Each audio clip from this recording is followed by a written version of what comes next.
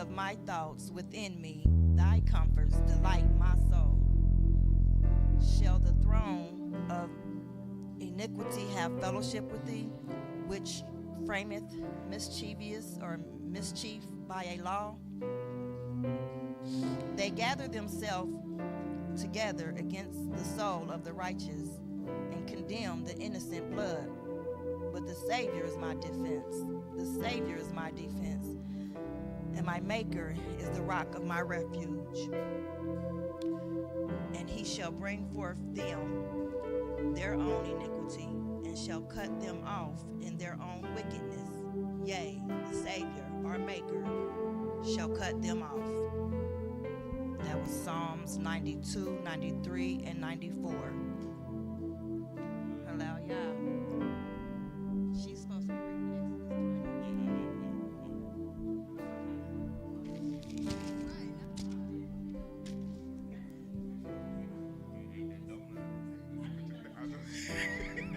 Just us.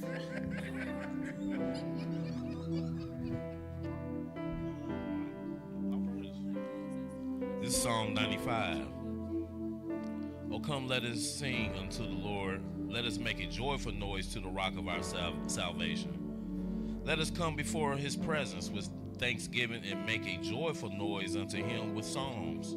For the Lord is a great God and a great King above all gods. In his hand are the deep places of the earth. The strength of the hills is his also.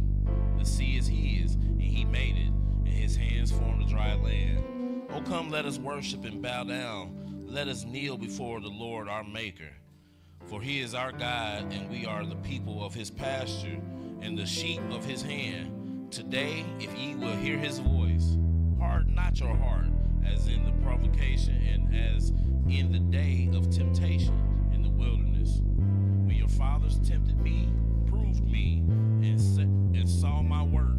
40 years long was I grieved with this generation, and said, it is a people that do err in their heart, and they have not known my ways, unto whom I swore in my wrath that they should not enter into my rest. Psalm 96. Sing unto the Lord a new song. Sing unto the Lord all the earth. Sing unto the Lord, bless his name. Show forth his salvation from day to day. Declare his glory among the heathen, his wonders among all people. For the Lord is great and greatly to be praised. He is to be feared above all gods, for all the gods of the nations are idols. But the Lord made the heavens. Honor and majesty are before him. Strength and beauty are in his sanctuary. Give unto the Lord, O ye kindreds of people, give unto the Lord glory and strength. Give unto the Lord the glory due unto his name. Bring an offering and come into his courts. O worship the Lord in the beauty of holiness. Fear before him all the earth. Say among the heathen that the Lord reigneth. The world also shall be established, that it shall not be moved. He shall judge the people righteously. Let the heavens rejoice, and let the earth be glad. Let the sea roar, and fullness thereof. Let the field be joyful, and all that is therein. Then shall all the trees of the wood rejoice before the Lord, for he cometh to judge the earth. He shall judge the world with righteousness, and the people with his truth.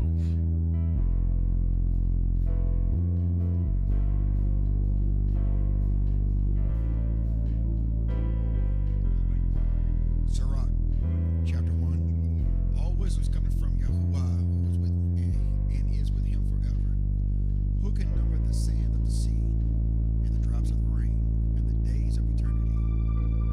Who can find out the height of the Shamaim, and the breadth of the Eretz, and the deep in wisdom?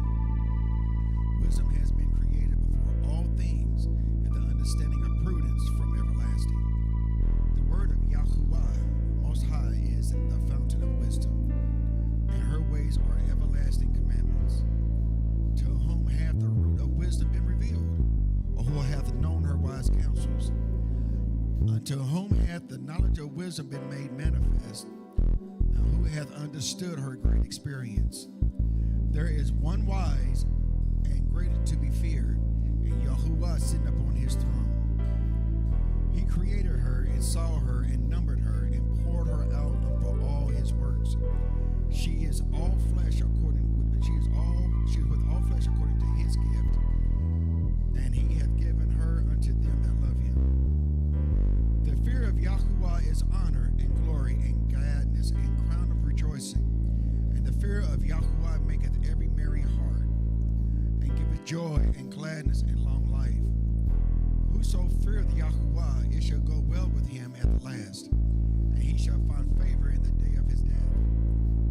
To fear Yahuwah is the beginning of wisdom, and is created with the faith in the womb, with the faithful in the womb. She hath built an everlasting foundation with men, and she shall continue with her seed. To fear Yahuwah is the fullness of wisdom, and filleth men with her fruits. She filleth all their house with things desirable, and the gardeners with her increase.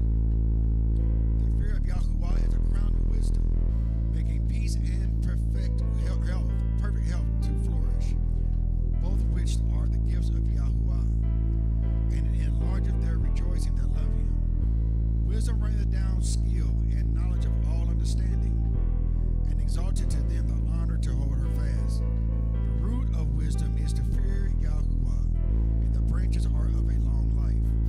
The fear of Yahuwah driveth away sin. Where it is present, it turneth away wrath. A furious man cannot be justified, for the sway of his fury shall be in his destruction.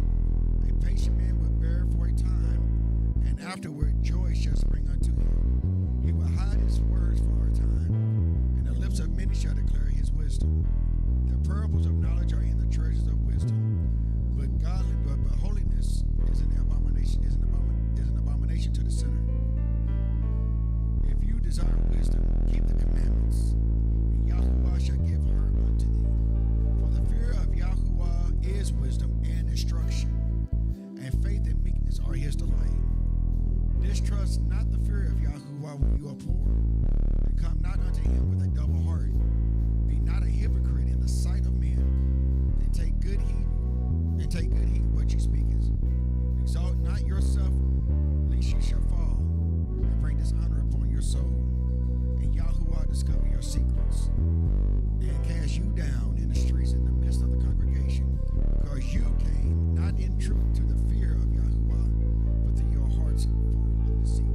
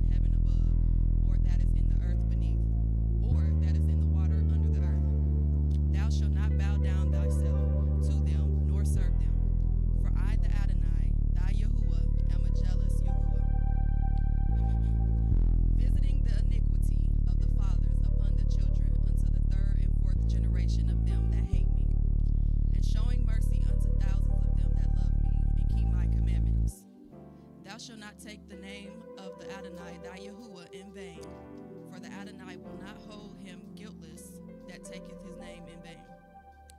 Remember the Sabbath. Hold on, page switch. Remember the Sabbath day to keep it holy.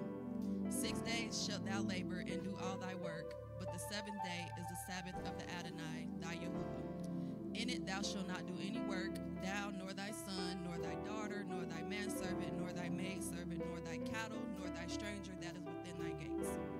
For in 6 days the Adonai made heaven and earth, the sea, and all that is in them, and all that in them is, and rested the seventh day. Wherefore the Adonai blessed the Sabbath day and hallowed it. Honor thy father and thy mother, that thy days may be long upon the land which the Adonai Yahuwah giveth thee. Thou shalt not kill, thou shalt not commit adultery, thou shalt not steal, thou shalt not bear false witness against thy neighbor. Thou shalt not covet thy neighbor's house, thou shalt not covet thy neighbor's wife, nor his manservant, nor his maidservant, nor his ox, nor his donkey, nor anything that is thy neighbor's. And all the people saw the thunderings and the lightnings and the noise of the trumpet and the mountain smoking. Wait, that should have been it, right? Yes. Yes, let it be so. I was like, wait, that's I don't remember. Right, I'm like, I don't remember.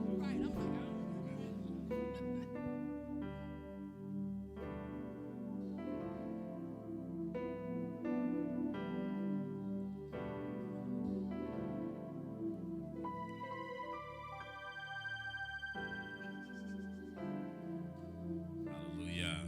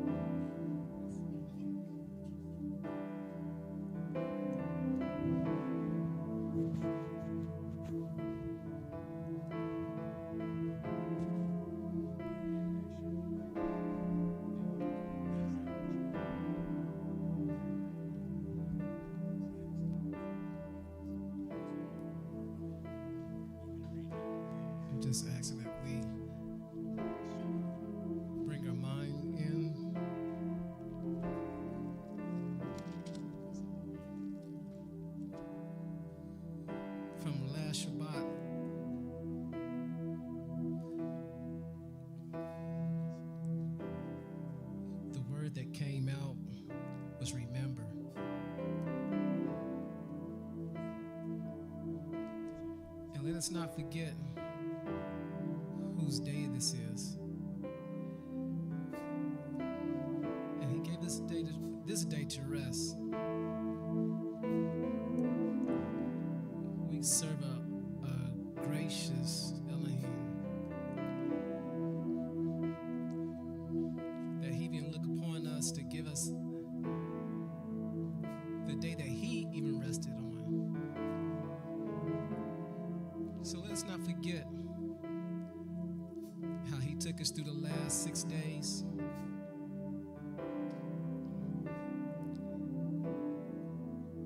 And I know for myself, there were some days I'm like, Father, give me strength. And the next thing you know it, I'm on the 6th day. And I'm like, I just need to hold on just a little bit longer so that I can get to this rest. This day that's sanctified, set apart for the set apart people. So I don't take this time lightly.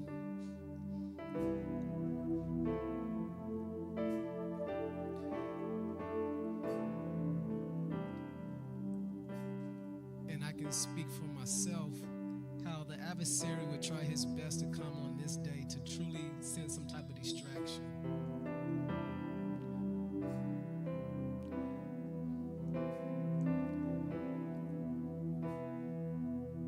And right now, anything that we went through this week where we didn't know how we was going to make it, but we put our trust in Yahuwah. And I'm like, man, you took me through, whether it's finances, work, food in the house. And we look back how Yahuwah has supplied when we let go. So we can just take a moment just to meditate on how good he is.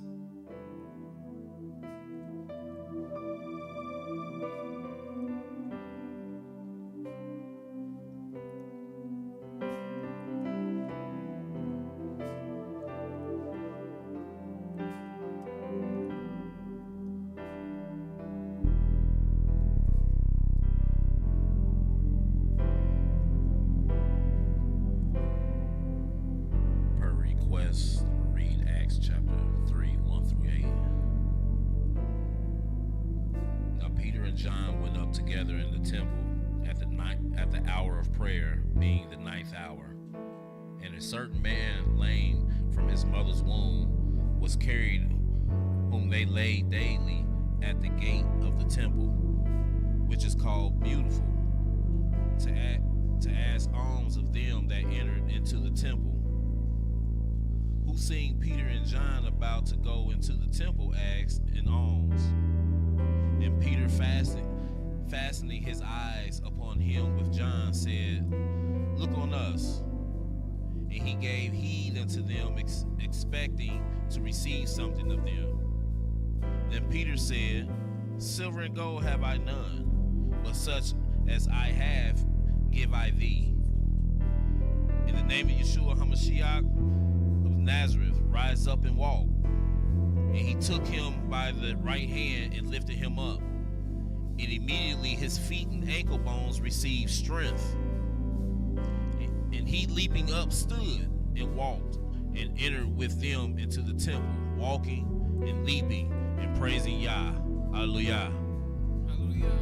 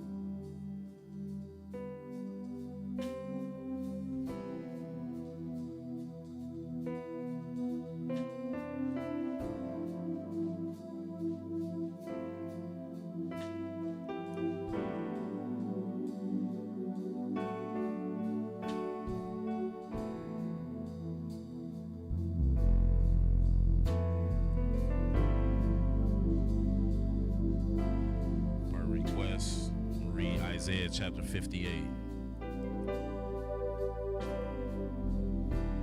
Cry aloud, spare not. Lift up thy voice like a trumpet, and show my people their transgression, and the house of Jacob their sins. Yet they seek me daily, and delight to know my ways, as a nation that did righteousness, and forsook not the ordinance of their God. They asked of me the ordinance of justice. They take delight in approaching to God. Wherefore have we fasted, say they, and thou seest not? Wherefore have we afflicted our soul, and thou takest no knowledge? Behold, in the day of your fast ye find pleasure, and exact all your labors. Behold, ye fast for strife and debate, and to smite with the fist of wickedness. Ye shall not fast as ye do this day, to make your voice to be heard on high. Is it such a fast that I have chosen, a day for a man to afflict his soul? Is it to bow down his head as a bulrush, and to spread sackcloth and ashes under him? Wilt thou call this fast and an acceptable day to the Lord? Is not this the fast that I have chosen? To loose the bands of wickedness, to undo the heavy burdens, and to let the oppressed go free, and that ye break every yoke? Is it not to deal thy bread to the hungry, and that thou bring the poor that are cast out to thy house? When thou seest the naked, that thou cover him, and that thou hide not thyself from thy own flesh. Then shall thy light break forth as the morning, and thy health shall spring forth speedily, and thy righteousness shall go before thee. The glory of the Lord shall be thy reward. Then shalt thou call, and the Lord shall answer. Thou shalt cry, and he shall say, Here I am. If thou take away from the midst of thee the yoke, the putting forth the finger, and speaking vanity, and if thou draw out thy soul to the hungry, and satisfy the afflicted soul, then shall thy light rise in obscurity, and thy darkness be as the noonday. And the Lord shall guide thee continually, and satisfy thy soul in drought, and make fat thy bones. And thou shalt be like a watered garden, and like a spring of water whose waters fail not. And they that shall be of thee shall build the old waste places. Thou shalt rise up the foundations of many generations, and thou shalt be called the repairer of the breach, the restorer of paths to dwell in.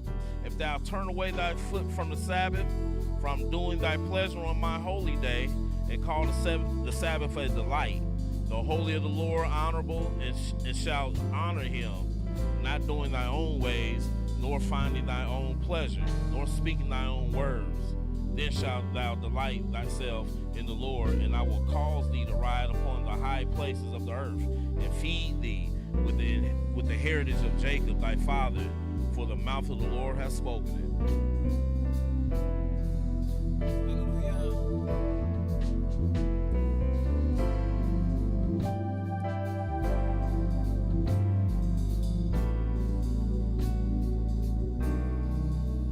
Thank you, Father, y'all, for another Shabbat. Thank you, Father. Thank you, Father. Not necessarily a testimony. I just want to say thank you to our mighty Father. Thank you. Hallelujah.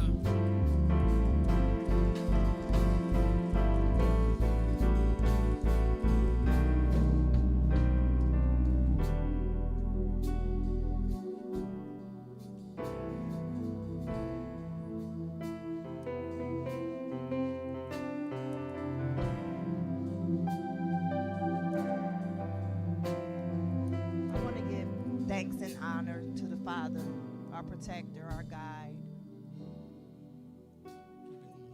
He's a mysterious one. He's mysterious. He works in mysterious ways. No one knows him 100%, so we cannot say that we can just keep him in this book and that's it, that's all, you know. He just, like I mentioned last time, he has been keeping me in awe for some years now. Just seems like when one door closes, he opens up another. One window closed, he opens up another. And I noticed it. I have been noticing it more since I've been in this or on this level of more truth. It's like now now I'm able to pinpoint more things to do that's pleasing to him. And he's rewarding, he's rewarding me for those little things. And I don't know, something about me just want to keep tabs on how he operates, what type of father he is, and try to figure things out before it happens. But a lot of times he just keeps silent and it's like he wants to surprise us, surprise his people. Like I said, you can't figure him out anyway, so why even try? But I just thank him so much for just being able to do all things but fail. Some things I can kind of, like I said, pinpoint and speak on some of the things he's done. But it's just so much. I just feel like I might not be able to say it right or be able to get enough out. But he is so merciful. He's beautiful. He's real. So real. I can't comprehend. But like, we don't have any heat in our house, but for some odd reason, he has me crying out to him to, allow the days to be hotter, to heat up our house, allow us not to suffer as much as we did last year. But the point is, during the midst of the storms, during the trials and tribulation, he still shows up. I think that's what he want to do, reveal himself in those lower moments. We all know, good things are happening, so I must be doing something right. That's not always the cause. A lot of times he wants to come through those dark moments for us to remember him. So when he delivers us out, we'll have a testimony. We'll remember where our help come from, and we can help others to hold on. No matter how hard it gets, no matter how dark it looks, hold on to his unchanging hand. Remember his words. Stay connected. Fight the good fight of faith. Don't give up because it seems like you can't figure it out, or seems like he's just too quiet, or because it seems like you're alone in that situation. Remember, if nothing else, praise him. Bask in his glory. Remember, and he will remember you.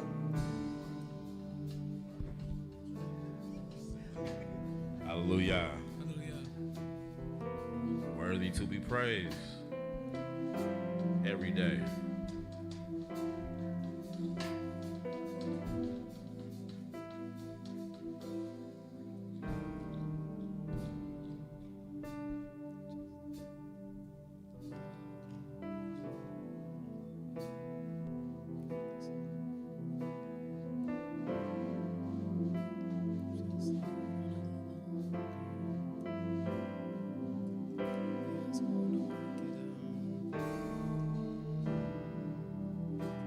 Just hold on a little longer.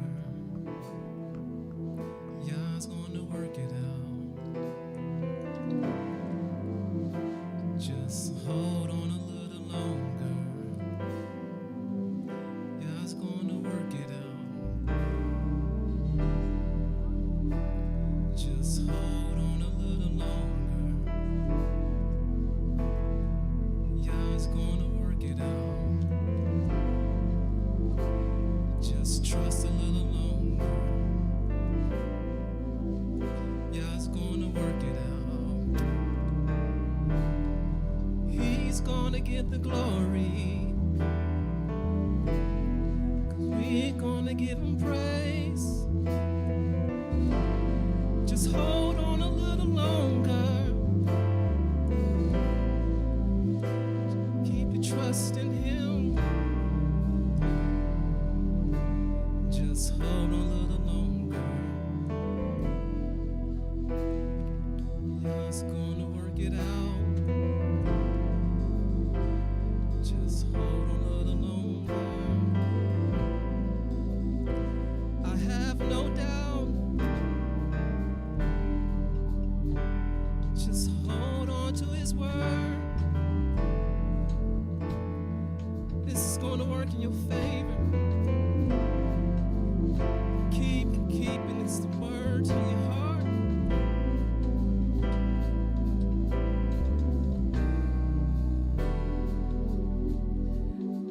One thing Yahweh wants us to do is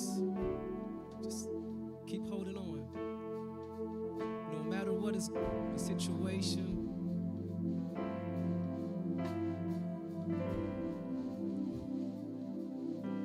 how cold it may be, how empty our bank accounts might be, just hold on a little longer. Just believe.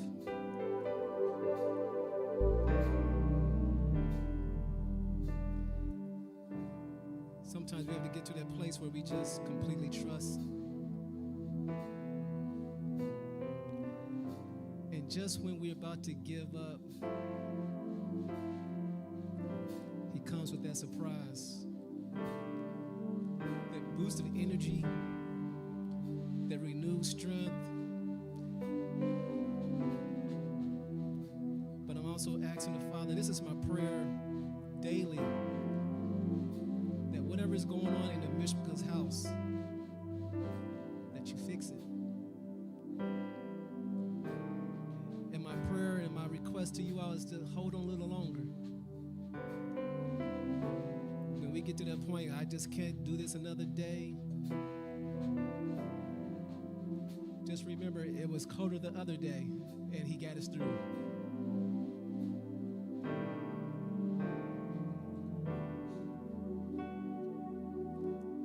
If everything I would to the Mishpah, just hold on.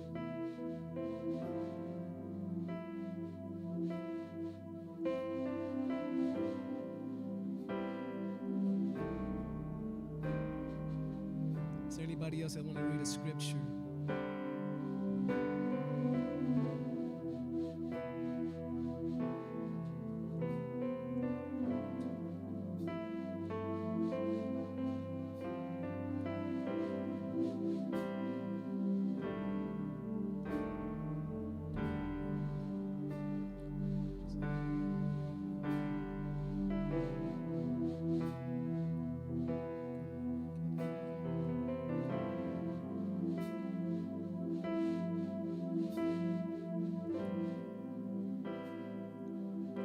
And our hearts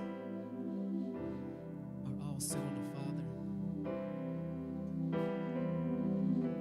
that his presence will fill this place,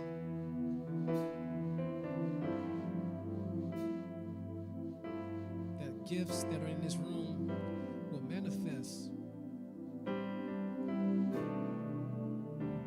that we get out of flesh, get out of ourselves, get out of our comfort zone.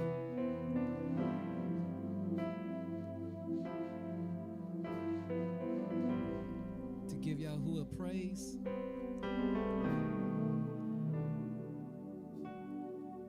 Exalt his holy name.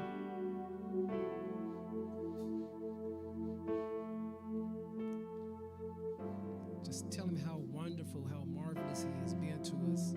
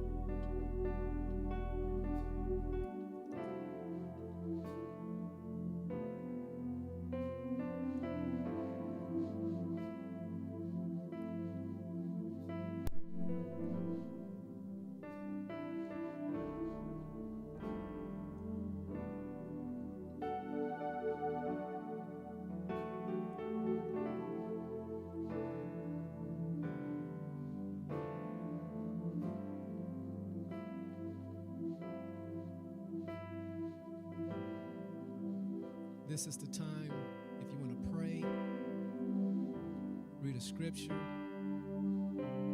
encourage the family.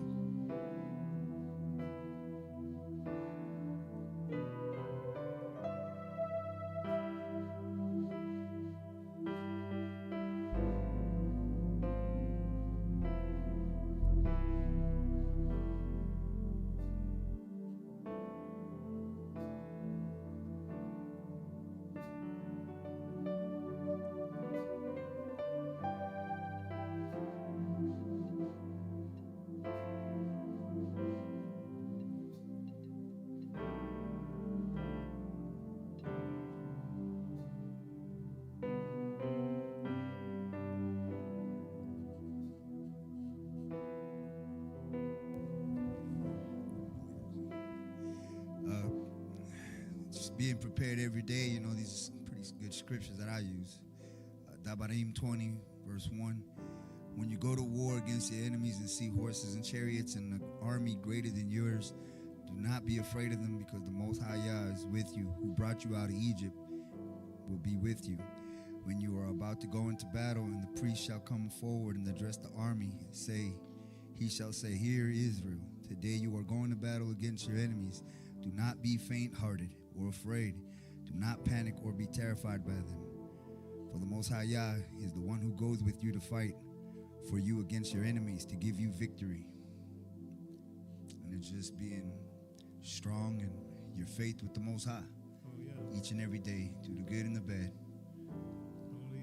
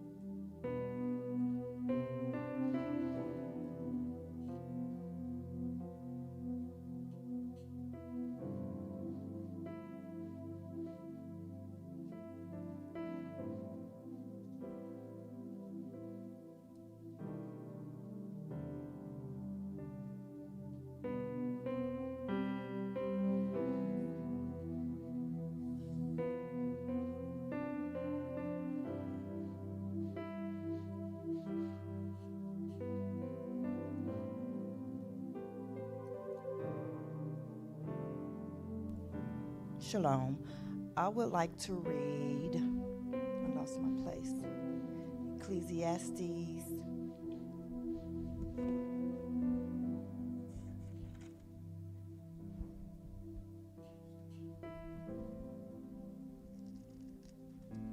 Bear with me. Okay. 11. Man does not know the works of Ahiah. Cast thy bread upon the waters, for thou shalt find it many days. Thou shalt find it after many days.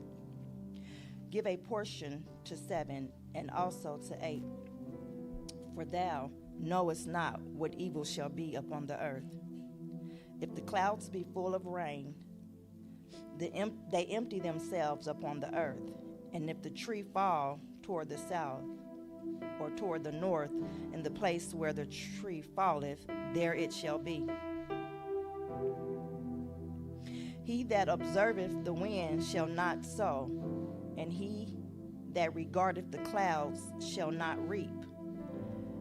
As thou knowest not what is the way of the Spirit, nor how the bones do grow in the womb of her that is with child. Even so thou knowest not the works of Ahiah, who maketh all. In the morning sow thy seed, and in the evening withhold not thine hand, for thou knowest not whether. Read that again.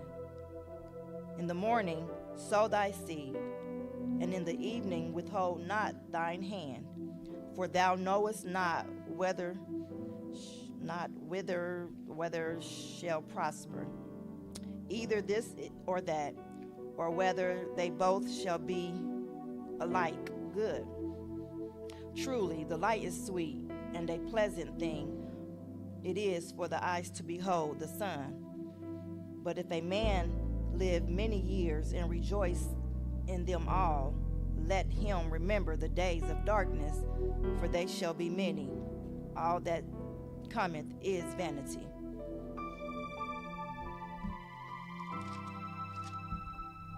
Rejoice, O young man, in thy youth, and let thy heart cheer. Let thy heart cheer thee in the days of thy youth, and walk in the ways of thine heart, and in the sight of thine eyes. But know thou that for all these things Ahiah will bring thee into judgment.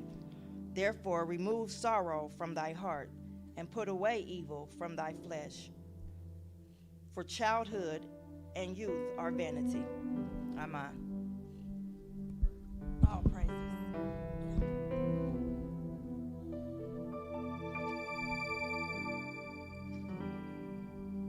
Shabbat Shalom. Shabbat shalom.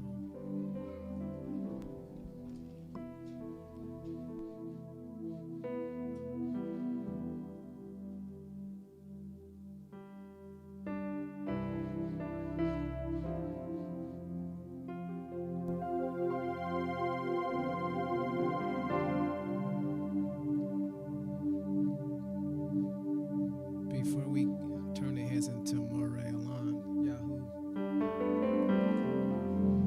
can we give Yahoo a praise?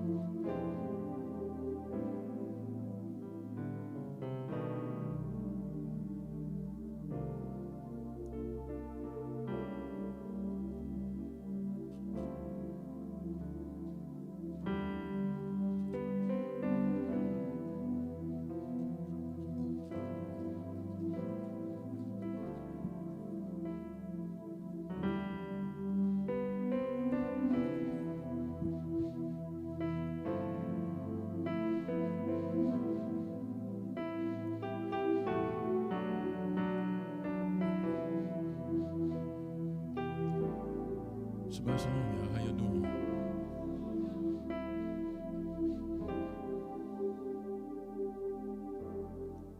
All praises. Man, it's been a long week for me as well.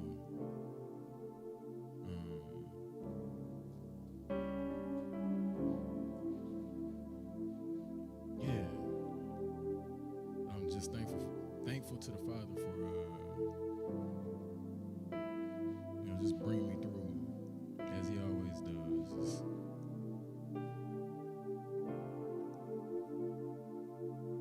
Yeah. I want to say it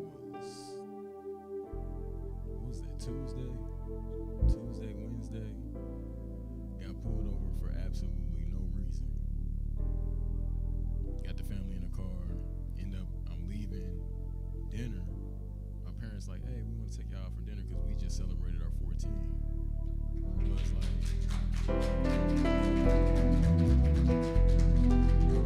all praises. But we end up going to dinner, and on the way back from dinner, cop sees me from the other side of the street. Now y'all know me, I'm riding in the old school, right? So if I'm out in the suburbs, I stand out. He's going the opposite way. Pops a U, pulls up, gets behind me. So I ain't paying it on mine. We driving. Of course, I ain't doing nothing wrong. I keep riding. Now my parents, he don't know that my parents, they tell me that me and my parents, we live like 2 streets apart, away from each other. So we going in the same direction. Hit the stop sign, stop at the stop sign. Next thing I know, go through the stop sign, and then I just start seeing the lights go off. Dude walk up.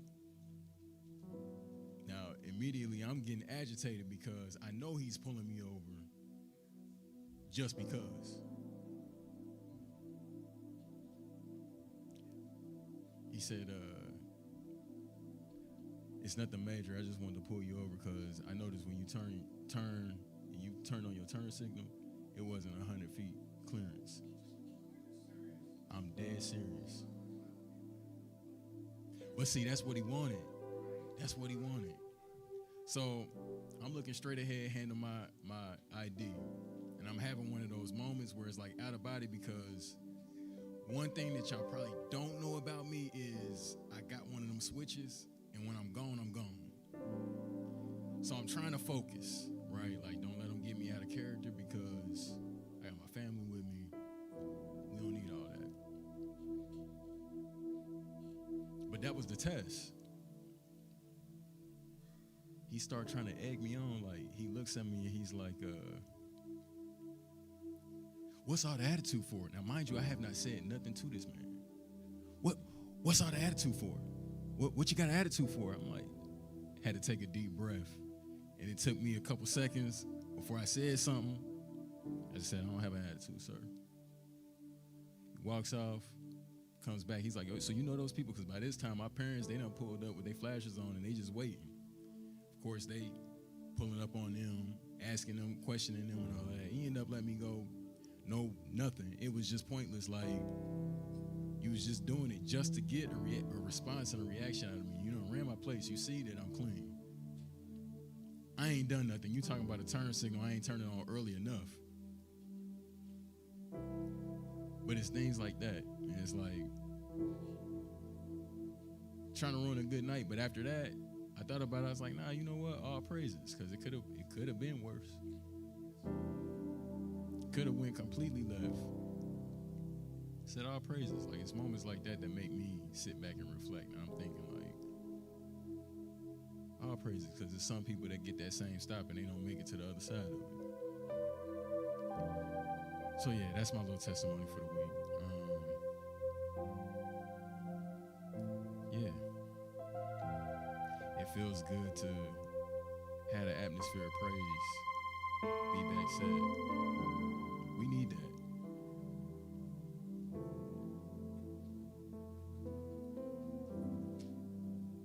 All right, all praises.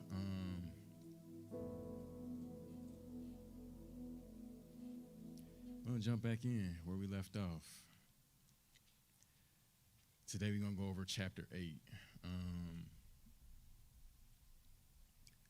All familiar faces in the room today, so I'm gonna skip this slide. We know what's what.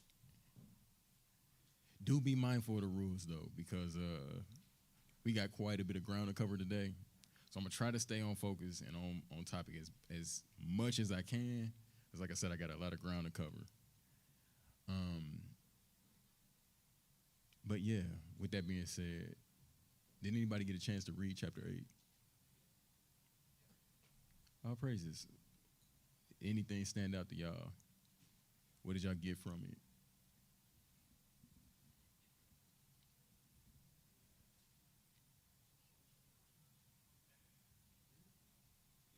Yes, sir.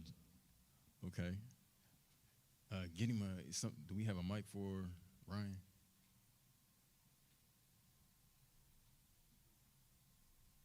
All praises. I was looking at that raven and that dove and trying to see the parallels with that and foreshadowing, looking at that raven when Noah let that raven out and how that unclean bird is basically going out into the world. We know that raven is going to eat that flesh from all the dead bodies and whatnot. And that dove, to me, symbolizes the end of destruction and a new covenant coming in that the Most High is getting ready to make. I had some other stuff on it too. I can't remember right now, but yeah, that's what stuck out the most to me right there. All praises. We're gonna spend a lot of time on the raven and the dove today, so that's good. Anybody have anything else before we jump in, or if not, it's cool. We're gonna jump into it. All praises. We gonna spend quite a bit of time on that. All right. So what's going on in chapter 8? And by the way, I'm gonna let y'all know ahead of time. Today is going to be information dense. Okay. So kind of the direction that I'm going to start structuring these lessons going from this point forward is we'll start by laying out facts, right? It's just going to be facts and information. We're not going to talk about how we feel about them, what to make of the facts. We're going to lay the facts out first, right? It's important. We need to know that. And then from that point, then we'll shift from that into, okay, so now what can we take, now that these facts are laid out, what can we take from them, right? This is where doctrines, beliefs, and things like that come out, right? We're still not saying whether or not we believe in that in said doctrine, right? Or that if we just want to see, okay, is there credence to it, right? Then we want to go from there to, okay, what's our personal takeaways, okay? What can we take from all that we have studied up to that point, and then what's our personal takeaway, right? So we should be able to do that with everything that we're reading, right? So ideally, I'll be able to go through all three of those phases in each lesson. Today's not one of those days. Like we is information heavy today. I'm gonna try to land the plane a little bit on what can we take from it, but that's kind of gonna be next week. It's gonna lead us into next week. All right. So just giving y'all a heads up, that's kind of how it's gonna go today. All right. Yeah, what's going on in chapter 8? So Elohim remembers Noah, right? The flood waters, they subside. All right, so the waters above separate again from the waters beneath, okay?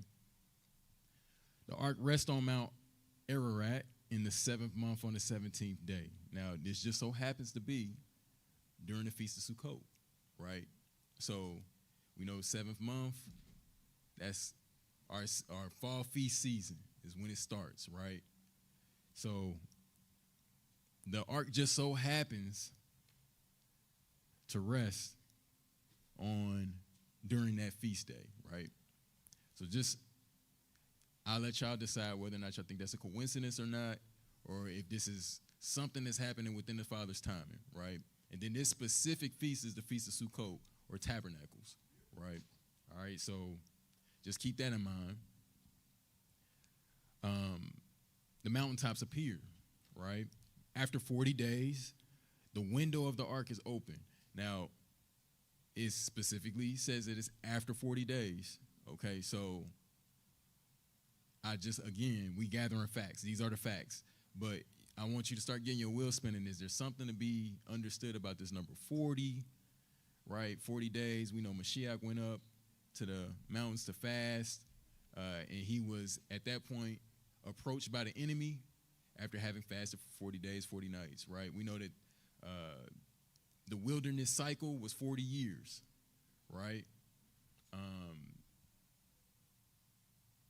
So yeah, and it goes on and on and on, right? So just keep this in mind that after 40 days, the window of the ark is open, all right? And then there's other things that we can look at. We didn't look at it in chapter 7 when we're dealing with that window. But I dropped this nugget on for those who might be interested in it. When the window is spoken of in chapter 7, the word there is Zohar, right? So I'm going to just leave that there. Like, something about this will have something to do with, I'm going to leave that there. All praises, because that conversation can go left into something else, that they turned it into something else. If you know, you know, but I'm going to keep moving. All right, so Noah sends birds to test the land, right? That's that raven and that's that dove. All right, so the earth dries. Elohim tells Noah then to leave the ark. Noah builds an altar when he comes out. And then Elohim enters into covenant with Noah, right? And he makes some promises to Noah, right? And then the natural order of the world, we start to see that it starts to get reestablished, is turned back on, right? All right, so we're good there so far, right? Where the ark landed. So Genesis chapter 8 and verse 4, it says, and in the seventh new moon or new month, the 17th day of the new moon or new month, the ark rested on the mountains of Ararat. Now, here's the Strong's H780, Ararat or Ararat, or rather Armenia, right? Brown Drivers Briggs, a mountainous region of eastern Armenia between the river Araxes and the lakes Van and Orumia, the site where Noah's Ark came to rest. All right. So now we had a conversation going a couple weeks ago, where we was dealing with this because there's some interesting things that are out there. Is this the quote-unquote Caucasus Mountains? Not quite.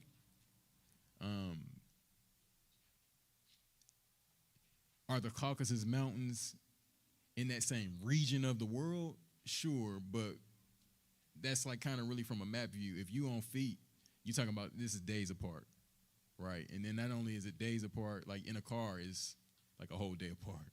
So just something to think about, right? This is not quite the same region, but it is in that same area, the vicinity of the world, right? Turkey, Armenia, okay? Down there, there's a picture of an alleged, what some people will say is this is where the evidence of where the ark landed, right? Now, again, I'm just gathering facts. I'm not saying that I think that that is what it is or that I don't think that that is what it is, but if you start looking up this location, you'll see that picture. And they say that they found, like, when they dig around, they found ancient wood fragments and things like that in that space, right? So they suspect that that's where the ark landed. And then you get into some of the other stuff that's more, I don't want to call it fringe, but like Ron Wyatt. Has anybody heard of him? So according to him, this is, again, I'm just laying out the facts. I'm not saying that I believe all of it, but what I'm saying is, according to him, he found a whole bunch of stuff, right? One of the sites that he found was the Ark site. He claimed that he found the Ark of the Covenant. He claimed that he found everything. Anything that there was to be found, he found it. Now, to some degree, some of the things that he did find, I'm like, oh, this is interesting. Like, okay, he might have been on to something, but then there's some things where I'm like, I don't know. But I'll let you do with that what you will. But he also pointed to this location as well, okay? But none of different. We know that it was within this region of mountains, right? And then if you go and you talk to the locals there, they call that particular mountain Mount Ararat, all right? So, like we said, he sends out these two birds to test the land, right? So I'm going to ask this question. Why does Noah choose the raven and the dove to spy out the land? And then what do we know about the raven and the dove and what they represented in ancient Hebraic thought? So does anybody want to take a stab at that before we continue? Like, why would he could have sent anything. He had a whole ark full of animals and birds and whatever else. Why is he choosing these two? I'm seeing clean and unclean. But I think the raven can travel like long distances, if I'm not mistaken. Yeah. Other than that, I'm not. It's some other stuff that I want to say, but I don't want to get off of what you just asked. Hey, all praises. But along those same lines, as clean as unclean, and then being symbolic from like pretty much the rest of the scripture is a foreshadowing. All praises. So we're gonna dig into those points. I just wanted to ask before we got started. Now, we don't look at some fun facts on both birds, but I'll share a personal story. Like crows, ravens. You got something, Knock? Yeah, it just reminded me that dove coming back with the olive branch. And obviously, he can only get that olive branch if the water has evaded, had went down. So, but that other one is go get the flesh. So that's how we'll know how Noah would have known how far the water has gone down all over, the earth or whatnot, because that raven is go get the flesh, and the other one is go after the tree. All praises. Like Steve. Yeah, he just did too, like and along the symbolic and the foreshadowing, but also the others, in the future, what that actually means as far as the crows among the pagans, and then knowing where we're at in time now, with the Ruach HaKodesh and baptism of Mashiach, and right before, so Noah sent this a form of baptism of the earth. All praises, absolutely. So, like I was saying, I'm gonna share a quick test of my own personal experience looking at these birds, right?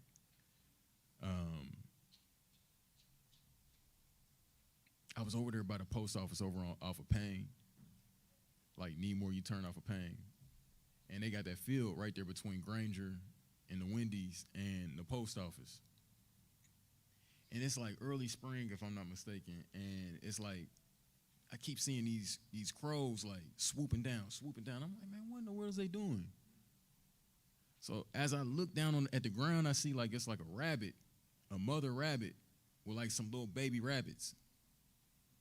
And these two crows is working together, trying to divide the mother from the daughter so that they can, or the mother from the baby. I don't know if it was a daughter or not, but the mother from the baby, so that they can pick off the baby.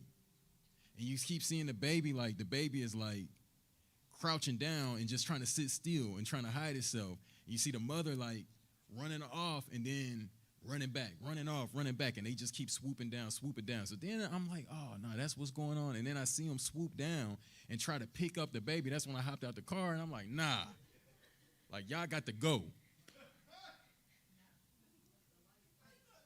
Like, it's plenty of stuff. Like, they eat anything, so it's like, y'all ain't got to eat this.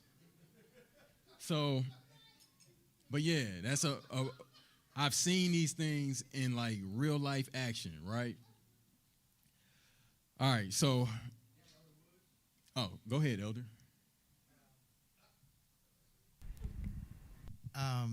Ravens are known to be mischievous birds. There we go. They are. And you notice that when John the Baptist was baptizing Yeshua, that there's a dove that is supposed to came down to represent the Holy Spirit. Now, I've had one occasion where, this is when I was living in Columbus, and I was leaving out the house, walking down toward the bus stop to catch the bus to work. And this particular morning, I have never in my life, matter of fact, it kind of scared me, that every tree that was in our neighborhood, it was during the fall, was full of ravens. It was almost like that movie, The Birds. As I was walking down, I'm looking, I'm like, where are all these crows coming from? I mean, every tree, it had to be at least 5,000 birds that were sitting in these trees that morning, right? And as I'm walking down toward the bus stop, I'm looking up at all these birds, and I'm saying, something's wrong here. I've never seen this many crows in one particular spot, and I mean every tree that was on the street was full of them. It's almost like if you threw a rock at them, you might be in trouble because they all might just swoop down on you. But as I was walking down that way, and I was looking, and I was just thinking, I said, man, I hope they ain't looking for nobody, because it was massive. I've never seen anything like that before in my life. That many crows in every tree, every branch, and they just cackling, right? And I'm just saying, well, just let me get to the bus stop and get out of here, and I'll be happy. You know what I mean? But Yeah, it was kind of scary. I ain't gonna lie, because I started thinking about that movie, The Birds, right? And I was like, oh man, this is kind of crazy, But crows have always been known to be mischievous birds, And like I said, when Yeshua was baptized by John the Baptist, it was a dove that came down that represented the Holy Spirit. All praises. We're gonna jump on that. Yeah. Oh, go ahead. Elder looked up them birds like this whole neighborhood of abomination. But no, what he said, because me and Zakane was talking earlier about the dove and the raven, and he said what he saw was the dove, what he just said represents the spirit, and the raven represents the flesh. So I want to say, because he didn't get a chance to say it. All praises. Like I said, we're going to dig into all of those things. Steve. So that similar situation, I was doing a job down in San Antonio and coming in to do a night shift. It's called Calaveras. It's a CPS plant right outside of San Antonio. And Calaveras in Spanish means skulls. And what I ended up finding out, even driving it's a long drive in, it's two-lane road, going to the site. And as I'm looking and you see all these ravens on top of these buildings, and I came to find out that was a burial site. Massacres took place on that site, and they built a power plant on that land. All praises. So y'all hearing personal experience, just noticing certain things. Okay, all praises. So we're going to continue. We're going to dig into it. We're going to dig into that, okay? All right, so a raven is a large, intelligent, glossy black bird from the corvid family, known for its deep croaking call, adaptability to diverse habitats. And notice what these habitats are: mountains, deserts, and coast. Excuse me. And wedge-taped tail, often found across the northern hemisphere. Man, excuse me.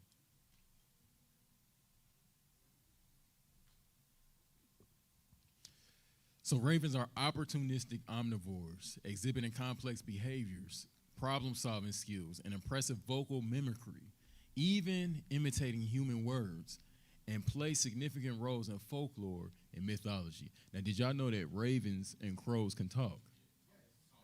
Like they can talk well, right? They're like parrots. They can talk. Okay. There's a video out there on YouTube that I was watching where a dude is like he was at the fire station, or he lived by a fire station or something like that. And he's like, man, I've been trying to figure out what these sirens are that keep going off all day. And then he ends up looking up in a tree. He's like, that's what it is right there. And it was mimicking the ambulance sound all day. They say that crows and ravens, that they're as smart as like, I've even seen that they say that they're as smart as like 7-year-olds. And like their problem-solving skills are like that high. Okay, this isn't a dumb bird. Okay, and like, absolutely.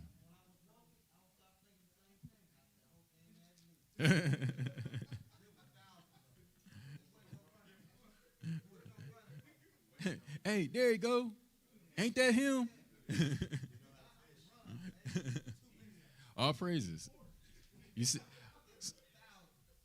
Steve said that they know how to fish, right? Like, they're very intelligent, okay? Omnivores, opportunistic omnivores, that mean that they'll eat anything, basically. It's nothing that's off the menu. My 2 children have a seat. Doves are small to medium-sized birds in the biological family Columbidae, which also includes larger pigeons. All right, so they are known for symbolizing peace, love, and new beginnings. Doves are found globally and are typically characterized by stout bodies, small heads, and short necks, feeding mainly on seeds, fruits, and plants, right? Well, yeah. You see them eating the chicken nuggets from McDonald's, and it's like, oh my gosh, this just ain't right. Elder Woods. All praises. All praises. We're gonna touch on that. All right, so the dove. All right, so the word for dove in Hebrew is Yonah, or as they are transliterated, Jonah. All right, so it's probably from the same as H3196, a dove, apparently from the warmth of their mating, a dove or a pigeon. All right, and then the root of that H3196 is the same word for wine. Okay, so yain, same word for wine in Hebrew, from an unused root meaning to effervesce, wine as fermented, by implication, intoxication, banquet and wine, a wine bibber. All right, okay, so what are they saying? It's something about the way that doves behave. They almost like a person that's joyous with wine. I'll put it that way. Okay, merry. There we go. All right, so notice they said here, apparently from the warmth of their mating. Doves are known as a symbol of peace and joy. They're also, I'm going to wait because it's in the slide, so never mind, I'm going to wait. So the dove is a clean bird that was often used as offerings, especially for the poor. All right, so Leviticus 1:14, and if the ascendant offering of his offering to Yahuwah is of birds, then he shall bring his offering of the turtle doves or young pigeons. And the priest shall bring it to the slaughter place and shall wring off his head and bring it to the slaughter place or the altar, and its blood shall be drained out at the side of the altar. And he shall remove his crop with his feathers and throw it beside the altar on the east side into the place for ashes. And he shall split it at its wings, but not sever it. And the priest shall burn it on the altar, on the wood that is on the fire. It is an ascendant offering, an offering made by fire, a sweet fragrance to Yahuwah. All right, so these are clean birds, and these are the birds that were, like Elder said, bring these to my altar, right? There's going to be a sweet smell of savor. The dove, like I said, is a clean bird, especially for the poor. Leviticus 5:5. And it shall be when he is guilty of one of these that he shall confess that in which he has sinned, and he shall bring his guilt offering to Yahuwah for his sin which he has sinned, a female from the flock, a lamb or a female goat as a sin offering. And the priest shall make atonement for him for his sin. So now we starting to deal with specific offering, a specific offering. This is dealing with sin, right? So if you sin, you got to make that right with the Father, right? Verse 7, it says, and if he is unable to bring a lamb, right, then he shall bring to Yahuwah, he who has sinned, 2 turtle doves or 2 young pigeons, one for a sin offering, the other for an ascendant offering. So if you're too poor to afford a lamb or a goat, you can bring this dove, right?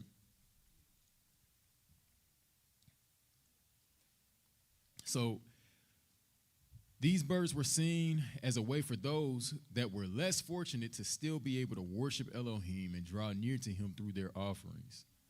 So these doves were seen as ways for the poor to still have relationship with Elohim regardless of their financial status. All right?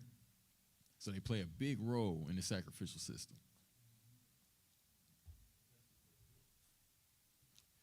So especially for the poor, absolutely, kind.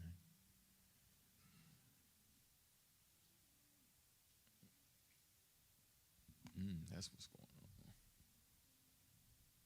You might, hopefully you don't have to reboot that, Zakane. The screen went out.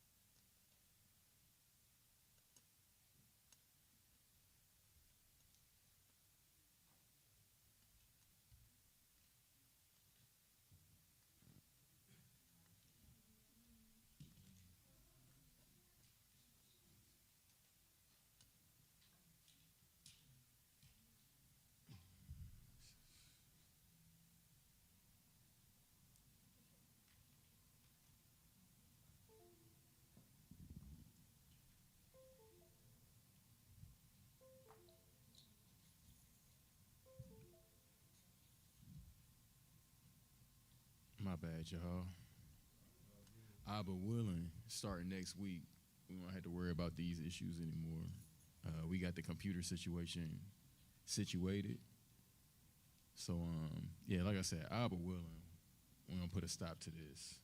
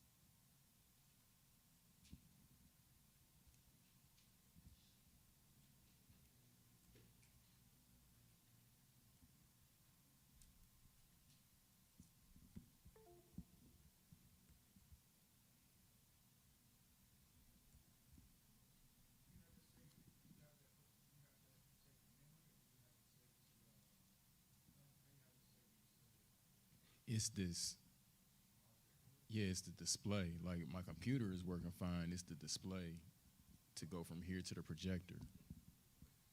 Can you do me a favor?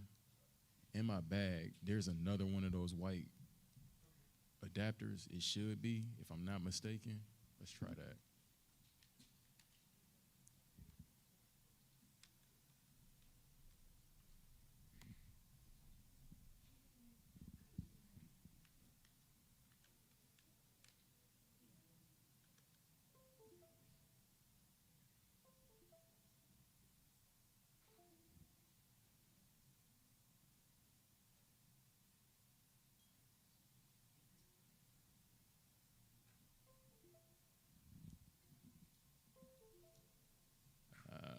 Here we go.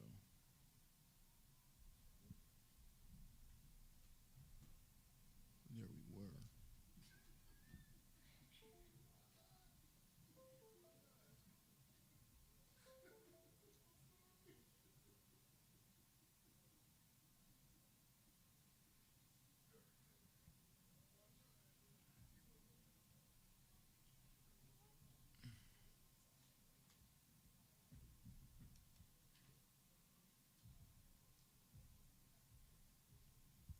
My apologies to those that are online.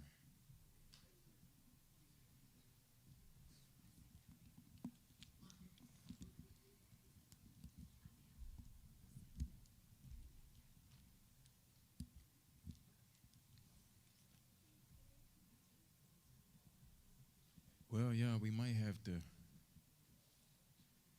just go off the cuff because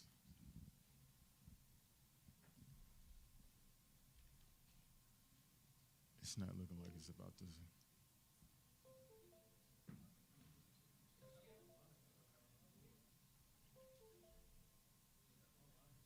Yeah, the online, yeah, you're right. They should be fine. It's just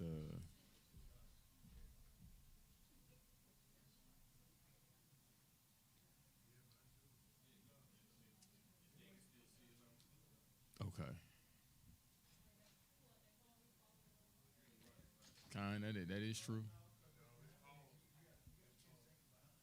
And that's true as well. Yes, there is a lag. Um,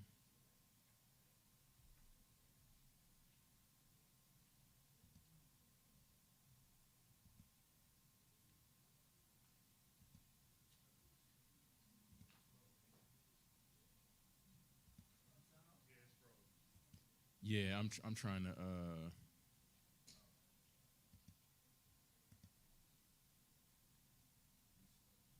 yeah, because I may as well go ahead and just unplug that because I got to be able to see the screen.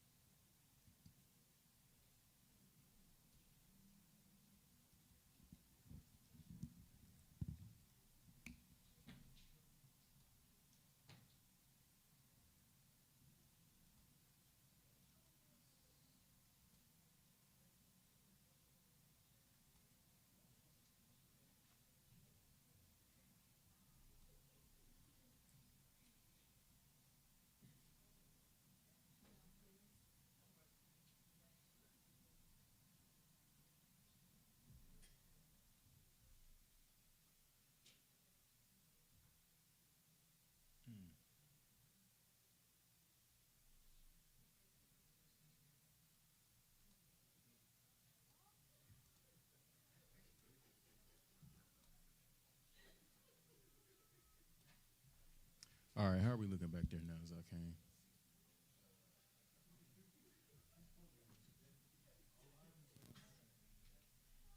You said you still don't have anything yet?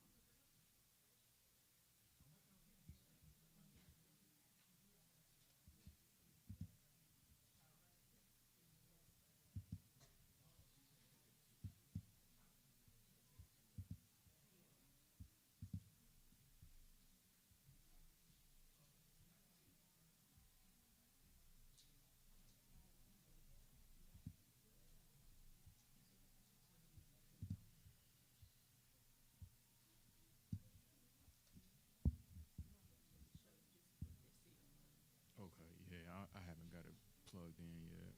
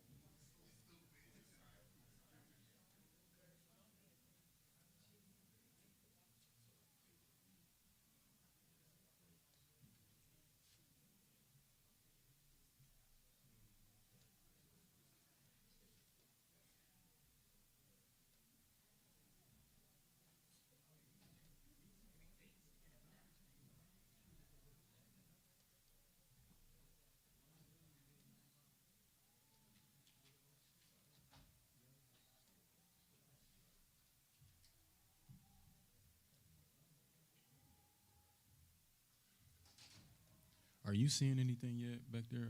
No? Okay. Yeah, that's not going to work.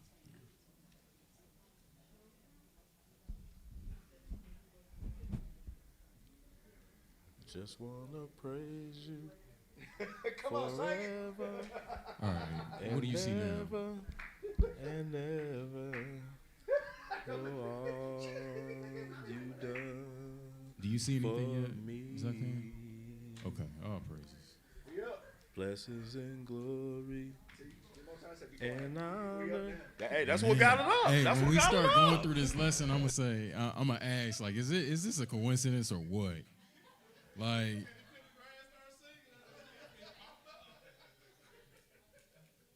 man, all praises. Sorry about that, y'all.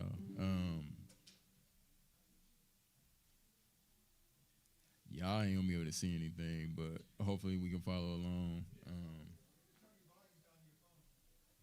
All praises. All right, so yeah, you might as well.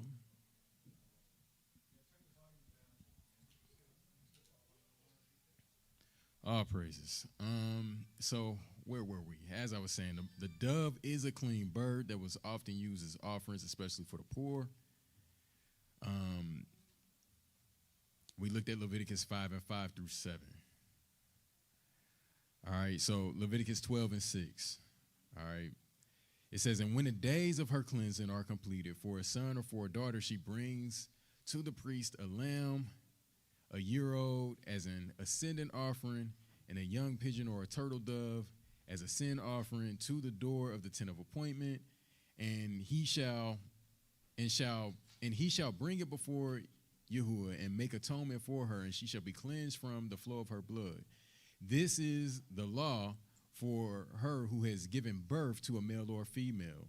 And if she is not able to bring a lamb, then she shall bring 2 turtle doves or 2 young pigeons as an ascendant offering, and the other as a sin offering. And the priest can make atonement for her, and she shall be clean.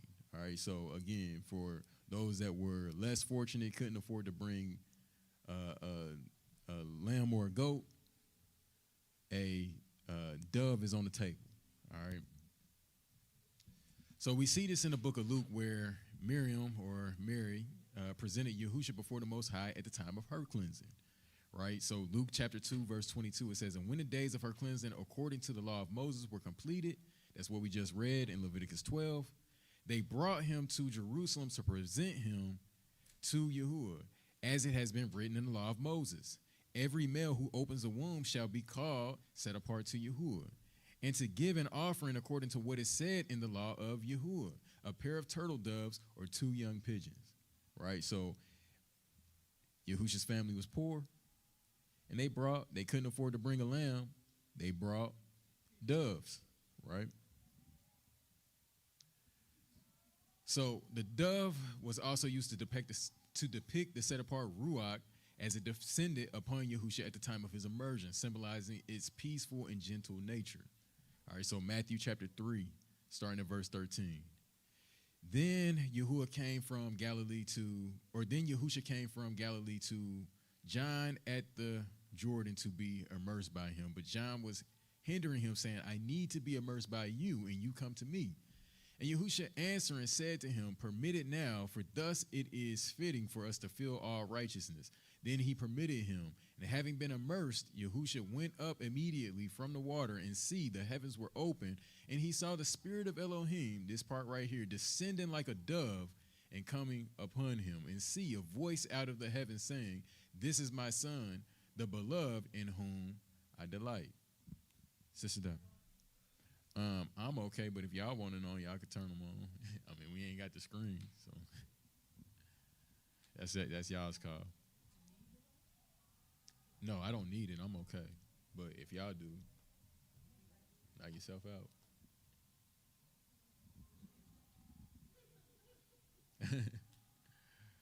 So, doves also symbolize faithfulness and obedience, right? So not only are they gentle, but they are trainable and are well known for their commitment and loyalty. For instance, many species of doves are known for maintaining lifelong bonds with their mates, not seeking another unless one is lost. So it is because of these traits that they were used as mail carriers. Did y'all know that they was used as mail carriers back in the day? Like lives were saved because a bird was sent out, right? Yeah, all praises. Y'all seen Mike Tyson on the rooftop? All praises. So the homing pigeon is a variety of domestic pigeon selectively bred for its ability to find its way home over extremely long distances. So because of this skill, homing pigeons were used to carry messages, a practice referred to as pigeon post. So these qualities of faithfulness and obedience can be seen with Noah as he sent forth the dove, right? So Genesis 8:8, it says, then he sent out a dove from him to see if the waters had receded from the face of the ground. But the dove found no resting place for his feet and returned into the ark to him, for the waters were on the face of all the earth. So he put out his hand and took it and pulled it into the ark to himself. And he waited yet another 7 days, and again he sent the dove out from the ark. And the dove came to him in the evening, and see, a freshly plucked olive leaf was in his mouth. And Noah knew that the waters had receded from the earth. And he waited yet another 7 days and sent out the dove, which did not return to him again. All right, so go ahead, Doc. So, is it? Are you going to talk about the raven again? The reason why I'm asking. Absolutely. Oh, okay, because it just dawned on me, like we were talking about that raven and it being able to mimic things that it hears and sees. So could it be that Noah sent that raven out because he knows what those ravens do? Because if it sees anything out there alive or hear anything that's alive or whatnot, could it come back and mimic what it done saw or heard? All praises. It's a possibility. Yeah, all praises. So, yeah, we definitely gonna spend. I put the dove first because we're gonna spend a little bit more time on the raven. So that's why I did it in the opposite order. So yeah, all praises. So a summary: the dove is known for symbolizing peace, love, and new beginnings. The dove is a clean bird that was often used as offerings, especially for the poor. The nature and characteristics of the dove is likened to the nature of the set-apart spirit, right? So there's a reason why it appeared as a dove, right? And then the dove is known for its loyalty and obedience, all right? So now the raven, right? The raven, the Hebrew word for raven is oreb, right? Or oreb, H6158. From H6150, a raven from its dusky hue. Okay, so, and when they say from its dusky hue, the word for dusk, or technically the word for evening, I should say, the word for evening in Hebrew is the same root as the word for raven, right? So evening is what? A mix of light and darkness, but it's going into the what? Into the dark, right? So less and less light, right? Okay, all praises. So H6150, the root of this word is Arab or Arab, all right? A primitive root rather identical with H6148 through the idea of covering with the texture, to grow dusky at sundown, to be darkened, and to be moving towards evening, okay? H6148, Arab, a primitive root meaning to braid, that is to intermix, right? So you know how the evening is technically a mixture between day and night, light is right there in the middle. It's not quite day, it's not quite night, but it's going into the dark though, right? Okay. So it means the root of this word is to braid or to intermix, technically to traffic as if by barter, right? So if you have belongings, you got something, I got something, we can let our belongings mix. You take some of what I got, I take some of what you got. We'll trade and we'll barter, right? So also to give or be security as a kind of exchange, to engage or to intermeddle with or to mingle with, to mortgage, to occupy, to give pledges, to put in surety or to undertake, right? So now let me ask y'all this question. In ancient times, if you had to mortgage something, was that a good thing? Bad thing, right? Same thing as pawning. Is the same thing as, for lack of better, you putting yourself into servitude, if you will. You putting yourself into slavery, right?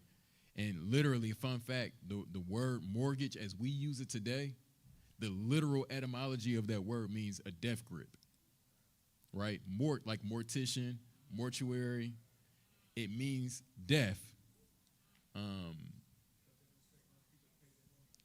And con, right? And side note, they're extending mortgages now 50 years instead of 30. So if you don't get a mortgage until you 30 years old, right, and you owning your first home at 30 and you take one of those 50-year loans, it's not going to be paid off. If you stick to the schedule, it's not going to be paid off until you 80. You're going to die in the grit, right? All praises. So just something to keep in mind. Yes, sir. It was just good gravy. No, I was just thinking about, when they were saying that when I was looking at this, another thing a raven is known for is being willing to barter. A raven would take something from you, and in order for you to get it back, it wants you to feed it. It wants you to give it something it's going to eat in order to get your property back. Mm-hmm. That just like a pawn shop. Absolutely. Okay, so all praises. We're going to keep going. All of these are all important details, okay? So, for instance, in Ezekiel, we see that Arabia, now y'all notice that I said that the word is Oreb, and the root of that word is Arab, right? Now, I'm not going to get on the Arabs, but y'all know that they are a collection of peoples, right? Like they're mixed people. And even more so today than they were in ancient times. Like if you look at a modern Arab, they're very, very fair skinned, right? And then, but notice that the root of this word is black like a crow, black like a raven.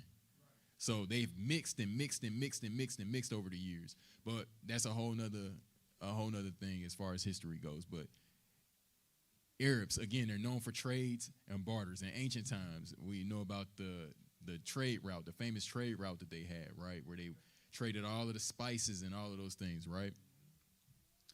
So Ezekiel 27 and 21 speaks on this. It says, Arabia and all princes of Kedar were merchants for you, right? So now, again, to trade, to barter, to intermix, I just brought out how ravens, they literally do this, right? It says, in lambs and rams and goats, they were your merchants. The traders of Sheba and Ramah were your traders. They paid for your wares with the choicest spices and all kinds of precious stones and gold.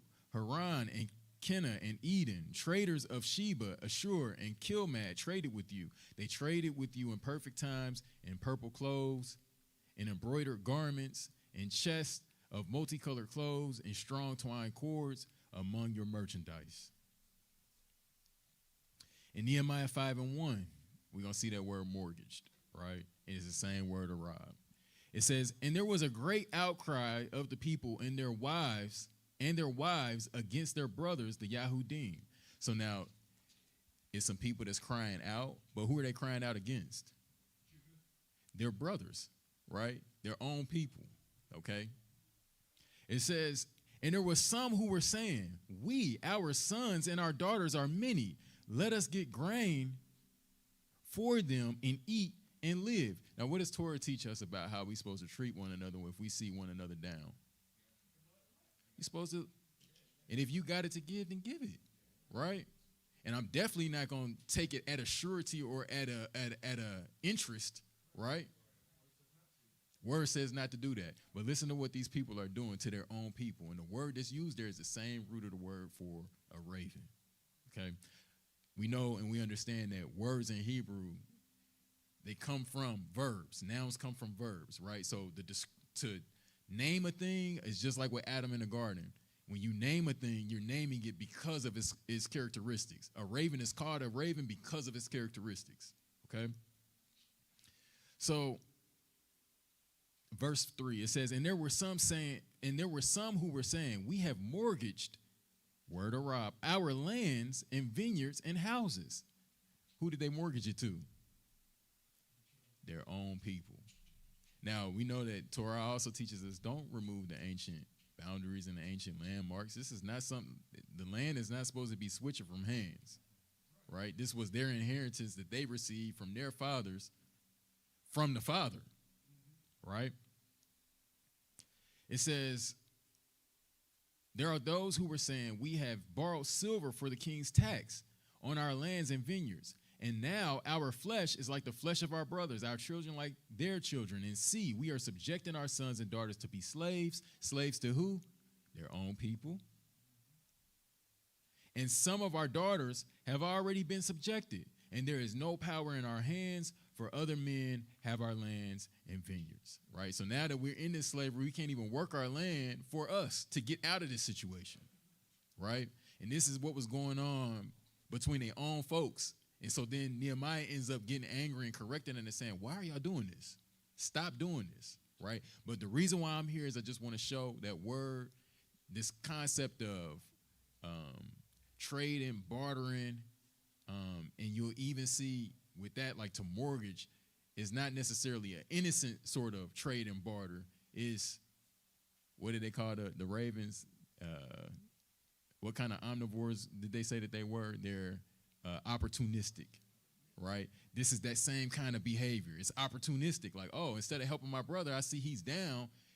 I'm going to use this as an opportunity for my come up, right? So you see how, again, like I said, ravens, they're known for this kind of behavior. So the raven is classified, like Elder brought out earlier, as an unclean bird, right? Leviticus 11:13. And these you do abominate among the birds. These are abominations among the birds. They are not eaten. They are an abomination. The eagle and the vulture and the black vulture, the hawk, the falcon after its kind, and every raven after its kind, the ostrich, the nighthawk, the seagull, the hawk after its kind, the little owl, the fisher owl, and the great owl, and the white owl, and the pelican, and the carrion vulture, and the stork, the heron after its kind, and the hoopoe, whatever that is, and the bat. Okay, what do y'all notice with as far as the characteristics of all of those birds that was labeled as unclean birds?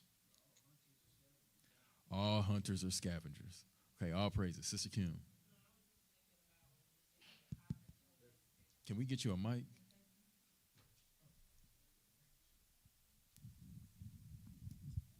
Told us, sis. I was just thinking about what you were talking about, the opportunistic, how they kind of betrayed each other to come up. So it reminds me of today and always how our people have been programmed to be the crabs in a bucket. That's where that comes from, that, everybody's trying to go overlap each other to get to the top, and they'll do anything, to each other just to get there. So that just made me think of that. All praises. Elder Wood.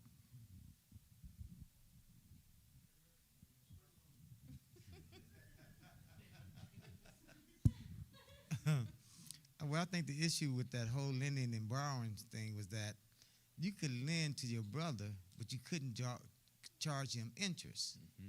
Now, you could do that to a Gentile. You could charge them interest, but you couldn't charge your own brother interest, because this is why you keep him in bondage that way. So when you started, loaning my brother's money or whatever it is that you loan him, you charge him interest, you were in the wrong. Mm-hmm. All praises. All praises. So the raven family of birds are nuisance birds for grain farmers, right? So keep in mind the importance of grain harvest in biblical times, right? Feast days and offerings for acceptance, for instance, relied upon successful grain harvest, right? So unleavened bread, what harvest is that? Barley harvest, right? A grain. Feast of Weeks, what harvest is that? Wheat harvest. Again, another grain. These feasts were set up in the land according to the Torah as symbols of freedom, deliverance, and blessing of the Most High. So these feast days or these grain harvests are set up as symbols of freedom,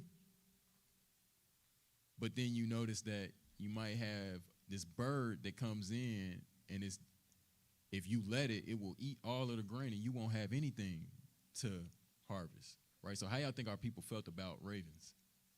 Did we like them or did we dislike them?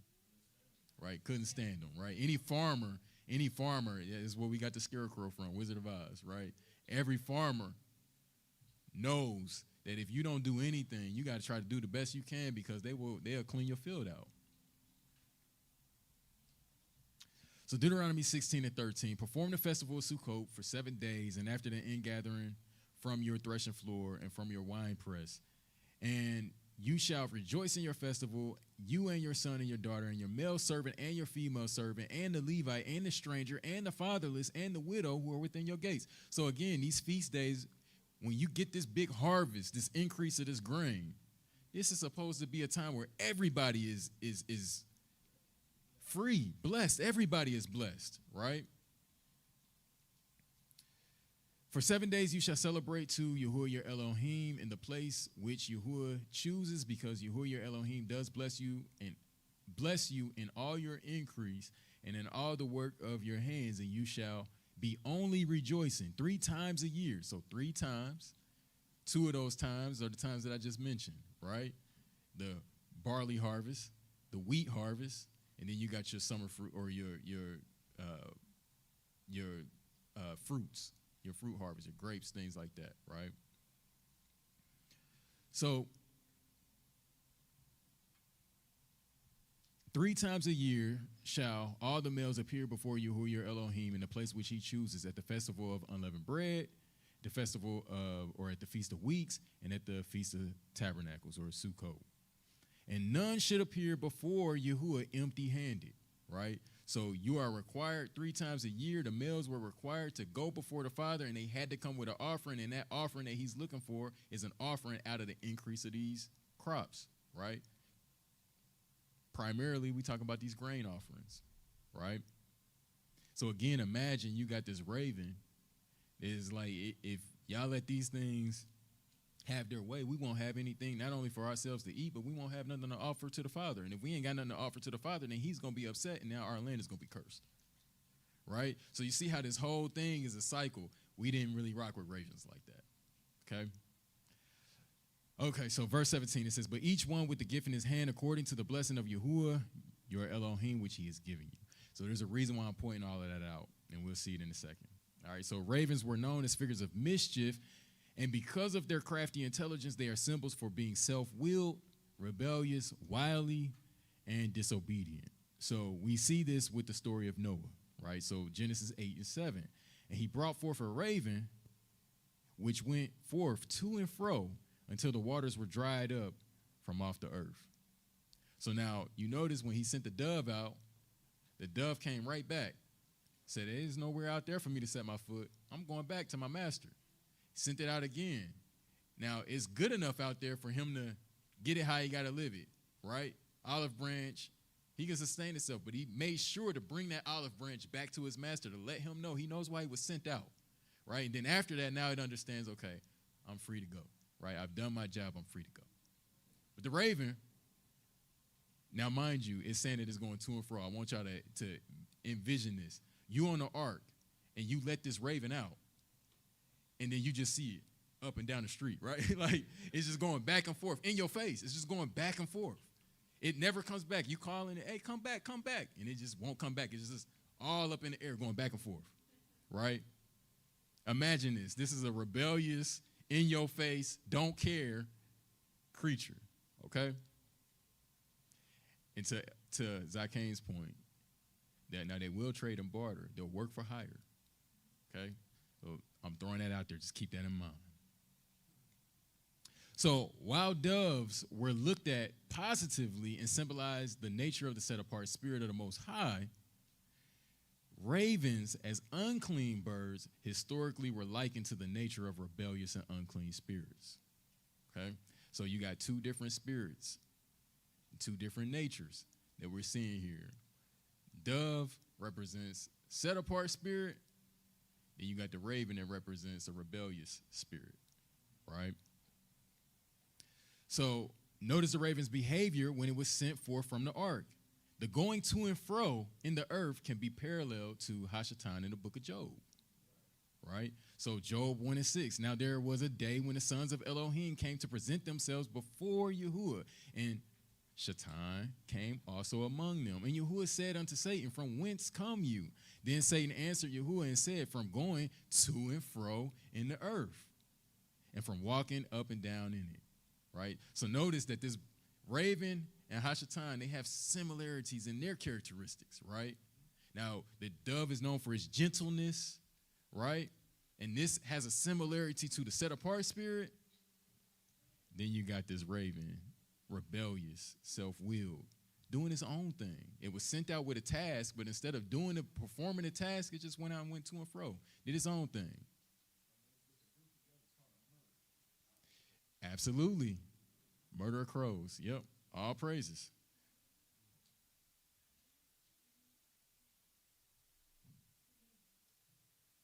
So I'm saying like a resemblance of of Israel with these doves, how they wandered in the wilderness, couldn't find no rest for their feet.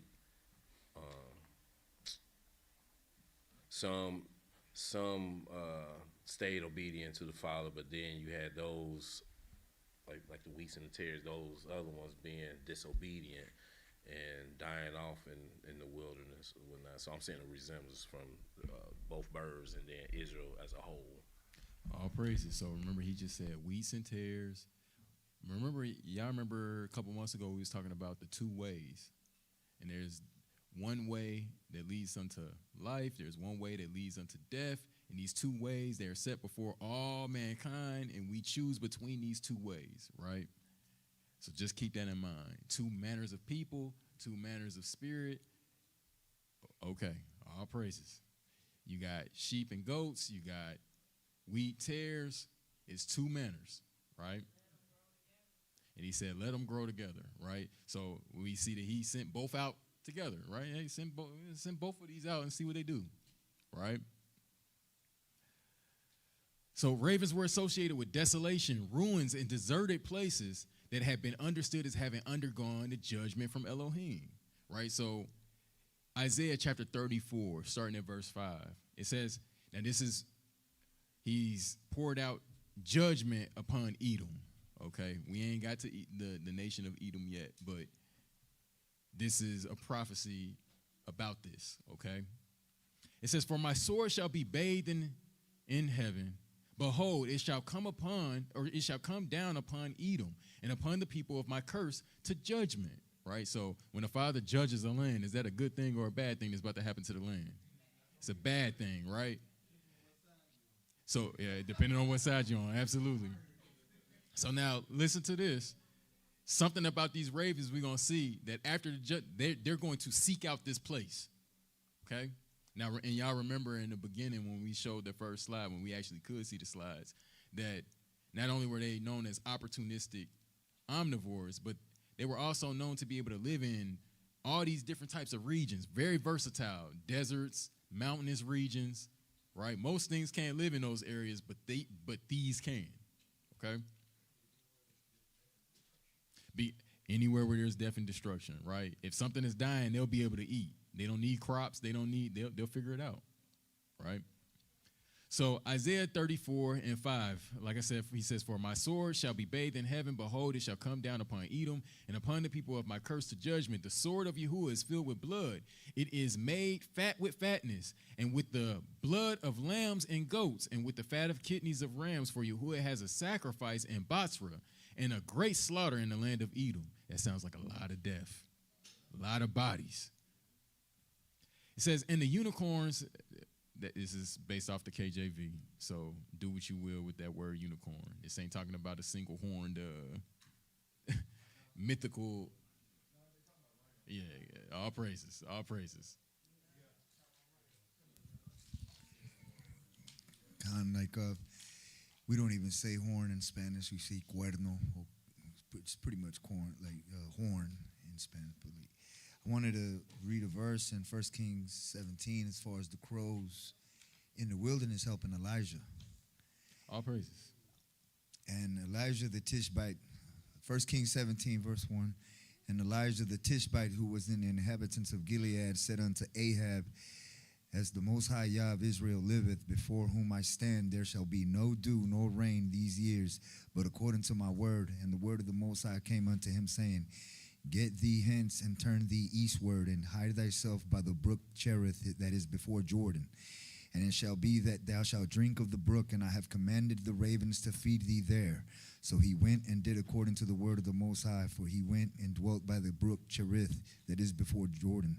And the ravens brought him bread and flesh in the morning, and the bread and the flesh in the evening, and he drank of the brook. And it came to pass after a while that the brook dried up, because there had been no rain in the land. And the word of the Most High came unto him, saying, Arise and get thee to Zarephath, belonging to Zidon, and dwell there. Behold, I have commanded a widow woman there to sustain thee. So you see that the rest of the country is going through a drought, yet he even uses the animals. You know, when the Most High has his will, it is his will. And we you going through no food like we're talking about, or sustenance, that he'll even use a crow in the form of the way he used them in Noah's Ark situation. Absolutely, all praises. So there's a whole nother, I purposely didn't put that in the lesson because I didn't want to go off into it, but there's a whole understanding that they have about why these ravens were chosen and what they symbolize when they fed Elijah. Khan.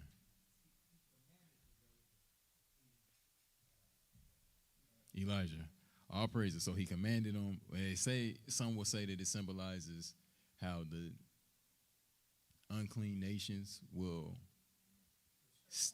still have to submit to. So I'm not, like I said, I purposely didn't put that into the lesson because I didn't want it to go in that direction, but excellent point, Ak. So, verse 7, it says, and the unicorn shall come down with them, and the bullet, I'm just picturing like My Little Pony with like on the rainbow. And it's like, nah, that ain't it. But it says, and the bullocks with the bulls, and their land shall be soaked with blood, and their dust made fat with fatness, for it is the day of Yahuwah's vengeance. Okay, so something about this is talking about that day of his vengeance, okay? It says, in the year of recompense for the controversy of Zion. And the streams thereof, verse 9, and the streams thereof shall be turned into pitch, and the dust thereof into brimstone, and the land thereof shall become burning pitch. It shall not be quenched night or day. The smoke thereof shall go up forever. From generation to generation it shall lie waste. None shall pass through it forever and ever.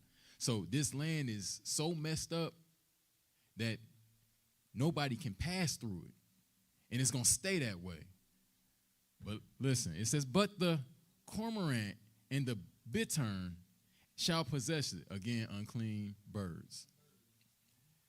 The owl and also the raven shall dwell in it. So something about these characteristics of these ravens, that they live in places like this. And he shall stretch out upon it the line of confusion and the stones of emptiness. They shall call the nobles thereof to the kingdom, but none shall be there, and all her princes shall be nothing. And thorns shall come up in her palaces, nettles and brambles in the fortresses thereof, and it shall be a habitation of dragons, again, look that up, and a court for owls. The wild beasts of the desert shall also meet with the wild beasts of the island, and the satyr or the satyr. Y'all know what a satyr is? So in mythology, and it's especially like if you look this up in Greek mythology, you ever seen Pan?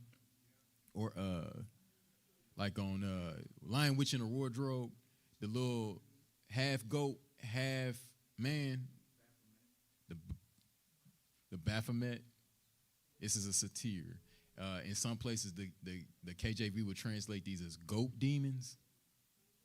Okay, so I heard somebody say something, and I couldn't place my eyes on who said it. Yes, absolutely. The one in Hercules. Yes, that's what that is, that entity.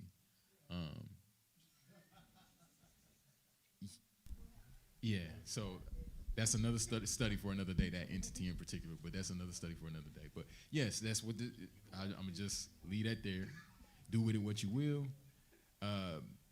But it says, and the satyr shall cry to his fellow, the screech owl also shall rest there and find for herself a place of rest. And there shall the great owl make her nest and lay and hatch. Now, mind you, he said that this place is burning continuously, and something about this is attracting these kinds of unclean beasts, okay? And hatch and gather under her shadow. There shall the vultures also be gathered, everyone with her mate. Seek you out the book of Yahuwah and read. No one of these shall fail. None shall want her mate. For my mouth it has commanded, and his ruach it has gathered them. So something about this, he's saying, I'm sending forth my spirit specifically to gather these things to this place. You got to ask yourself, well, what is he talking about? Is there a layer of meaning when these ravens are going? What is this saying? So it says, and he has cast a lot for them. So they have a lot. They have a portion. It says, and his hand has divided it unto them by line. They shall possess it forever. So these ravens are supposed to possess this land after it was destroyed forever. From generation to generation, they shall they dwell therein. And this place is a place of constant burning, sound like hell on earth. Okay, all praises. So a summary. Ravens are known for being opportunistic scavengers and are likened to the opportunistic ways of merchants. Ravens are known for their witty intelligence. They were seen as symbols of disobedience, rebellion, and self-will. Ravens were destructive to the grain that would later be used for the offerings. And ravens inhabit desert regions, dry places, and places that receive judgment for their corruption. All right? This is Kim. The way I see this is that everything has a purpose, whether it's good or bad, and the Most High will use that to his glory. It could be like the ravens. We looking at them as a bad or negative thing, but he's going to get the glory regardless in that situation. So he'll use anyone that's willing to be used, whether it's on the good side or the bad side, but it's going to always be for his glory. All praises. Again, consider my servant Job, right? Like he was an adversary. Literally, Hashatan means adversary or enemy. And he said, well, have you considered my servant Job? I'm going to receive some esteem out of this, but have you considered him? Right? So just, again, things to think about. Excellent points. So because of this, ravens were also associated with unclean spirits in ancient Hebraic thought. All right? So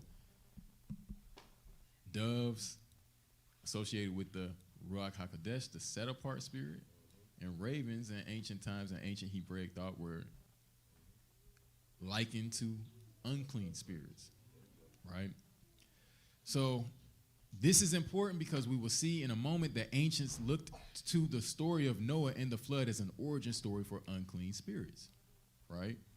So we're going to dig into that, right? Now, I'm going to go back and I'm going to explain that. Do y'all know what I mean when I say an origin story for unclean spirits? This is what the ancients, say it again? Well, I'm going there.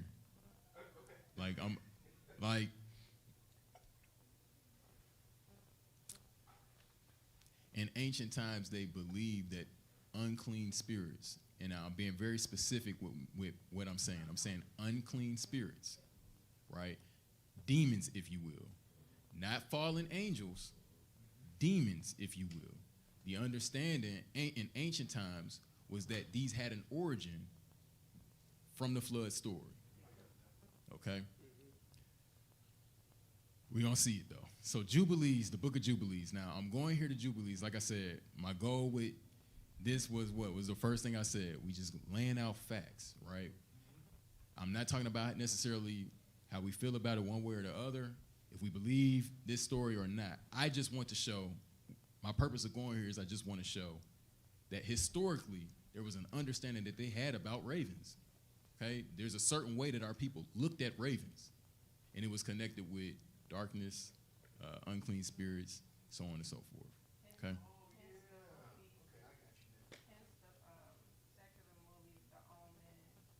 Absolutely. Always. Always. Uh-huh. Always. Always. Pop culture even knows this, right? So, yep, all praises. So, Jubilees, this is the book of Jubilees. Now, a quick, brief history on the book of Jubilees. Book of Jubilees was found. They found fragments of it in the Dead Sea Scrolls. We know that it was written at least 200 to 300 years before the days of the New Testament, right? At least, right? Now, Jubilees claims to have been written by the hand of Moses. Another name for it was known as Little Genesis, right? So it's like a expounding on the book of Genesis. Now, whether or not you believe Moses wrote it with his own hand or not, that's a matter of your faith. I'll let you determine that. But what we can say for a fact, what we do know is that the book was written and it does predate the days of the New Testament. Okay? All praises. So Jubilees chapter 11, verse 10. Again, I want us to see, I'm not necessarily telling you theologically how to feel with going here, but I want you to see the ancient thought process about ravens, right? So it says, in a Prince Mastema, right? So now, if you've read the Dead Sea Scrolls and you've heard that before, but if not, it's just another word for Hashatan, if you will, right? It's it's an adversarial leader of these unclean spirits, okay? And his name is called Prince Mastema, okay?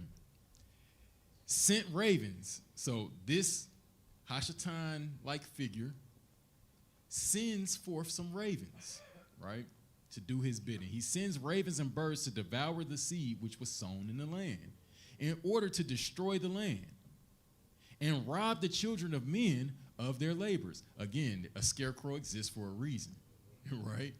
If you leave your field and you're a farmer, they will come in and clean up shop, right? So it says, before they could plow in the seed, the ravens picked it from the surface of the ground. Now, let's fast forward to Mashiach. He said that there are different types of ground, right?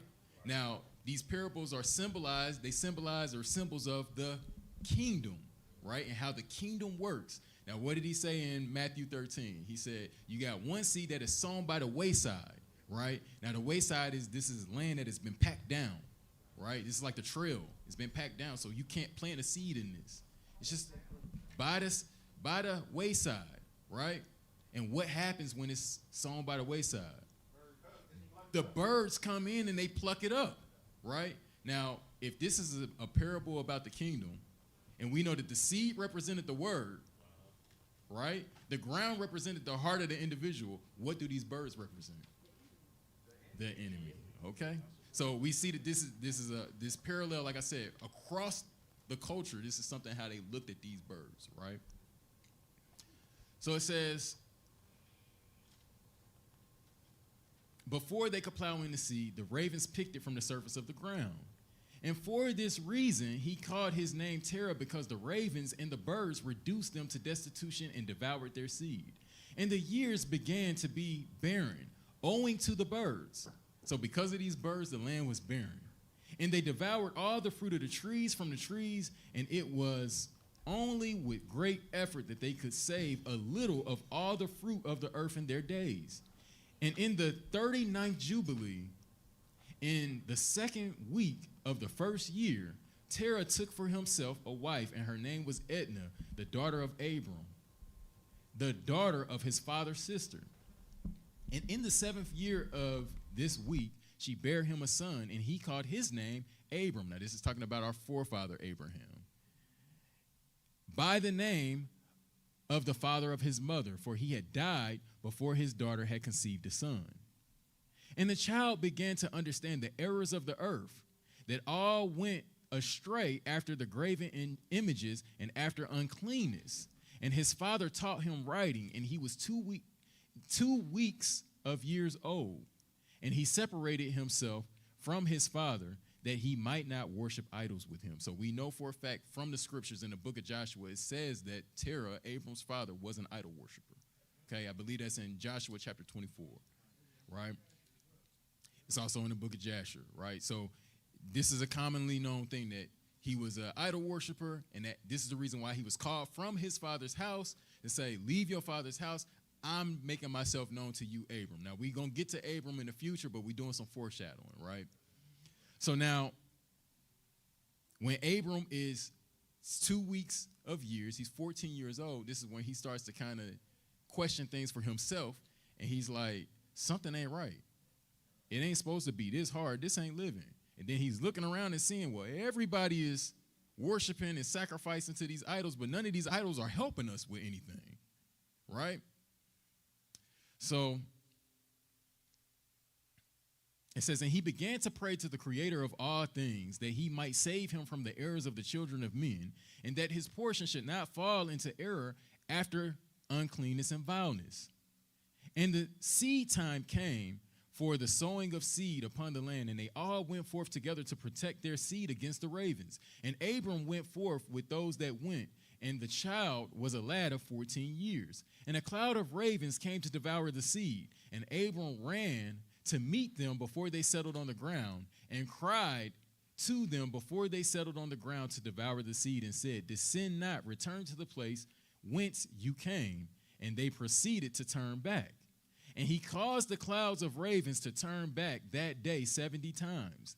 And of all the ravens throughout all the land where Abram was, there settled there not so much as one. Now, to Ox's point, I'm just going to throw this out and I'm going to keep moving. How many times did he do this? 70 times. How many nations are there in Genesis?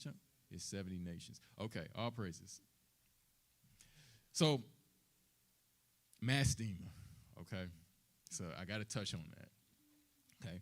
Mastema, this is from encyclopedia.com. The name of the devil in the book of Jubilees, he is there identical with Satan, and on one occasion, the author speaks also in 120 about spirits of Belial. How many of us have heard of the spirits of Belial or sons of Belial in the scriptures?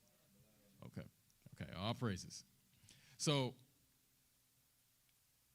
like other works originating in the broader movement within which the Dead Sea sect came into existence, the Book of Jubilees is characterized by a dualistic trend.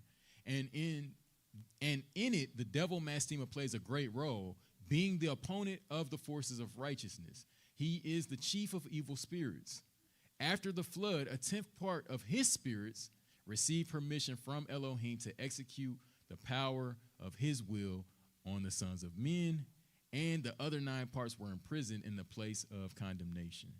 Okay, so now I'm going to dig into that a little bit. Before we do, interestingly, Prince Mastema, which means he's a prince of hatred or hostility, okay, is said to refer to the adversary Hashatan of the book of Job, right? This is interesting when we consider the behavior of the raven in Genesis 8.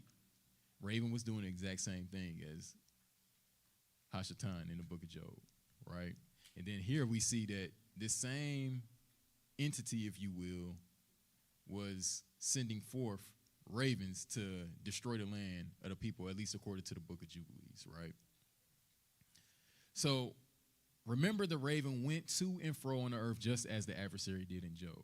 And then all of this is interesting because we know historically that the flood story served as an origin story for demons and unclean spirits. So now, let me ask y'all, because I know traditionally we always looked at least I'll speak for myself. When I came up, I looked at unclean spirits as being the third that fell, right? But if these are things that spiritual entities and spiritual beings that are powers and principalities, right, and high places, rulers of wickedness, these are powerful entities. What use or what benefit, what good would it be? Why would they have a desire to want to be in a body of flesh? So I'm asking, why would those, though? They never had a body. So why would they desire a body now? When they were killed, their spirit could not go back to where it originally came from. Okay, all praises. You're getting ahead of me, elder. I'm making a distinction. And you blurring the lines. Okay. So Sister Kim, so you said that they always need a host. Demons do, right? Demons always need a host. But my question is, if these are the same ones that was cast down with Hashatan, that was fighting war with Michael and all of his princes, why would they need a body?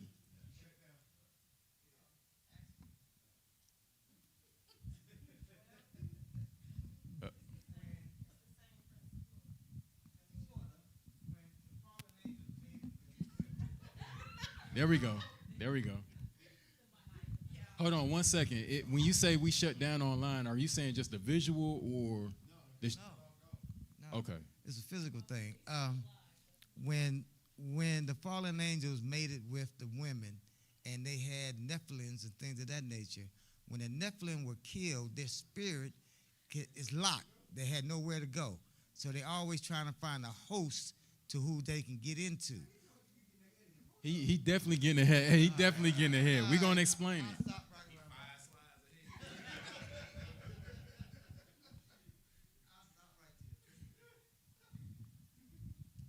Give me 1 moment, y'all.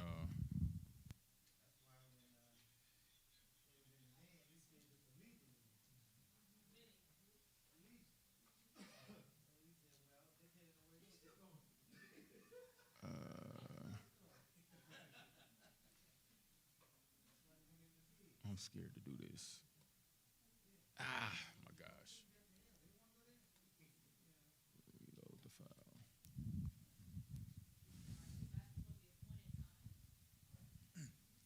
So y'all all getting ahead of me. We going there. We going there. I'm gonna wait. Absolutely.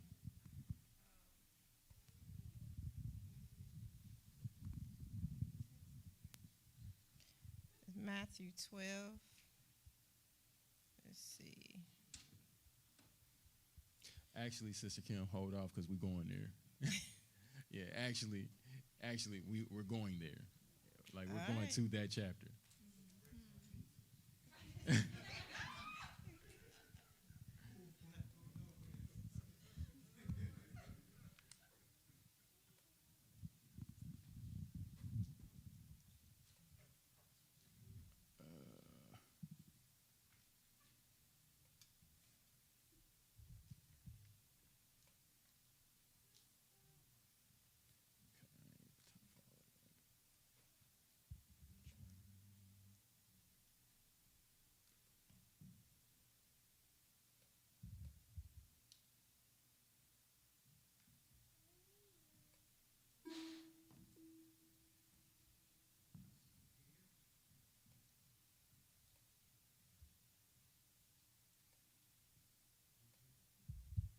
Okay, so you should see my screen. Give me 1 second and I'll get the lesson pulled back up. All praises. All right, so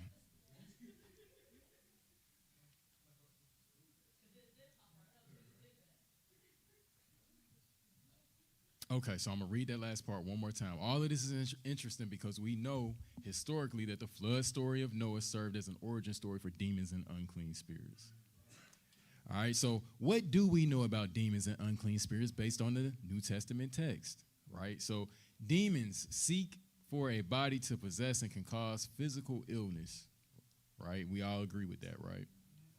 It's Matthew, you see this in Matthew 4:24, Matthew 9:32 through 34, and many other places. That's just to name a couple, right? Demonic persecution can start from a youth, right? We saw this in Mark 9:14 through 24.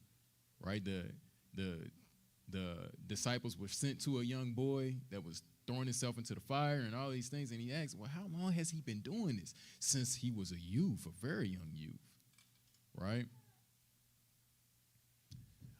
Unclean spirits can cause physical illness. Matthew 12:22, they were known for causing lameness, right? Paralysis, blindness, deafness, all sorts of illnesses, right? Unclean spirits can possess animals. Matthew 8:31, right? They got cast into a herd of pigs. Unclean spirits are allowed to continue to roam the earth seeking a place to possess until an appointed time. That's Matthew 8:29, right? As it was said earlier. who are you to come before the appointed time? Well, what are they talking about?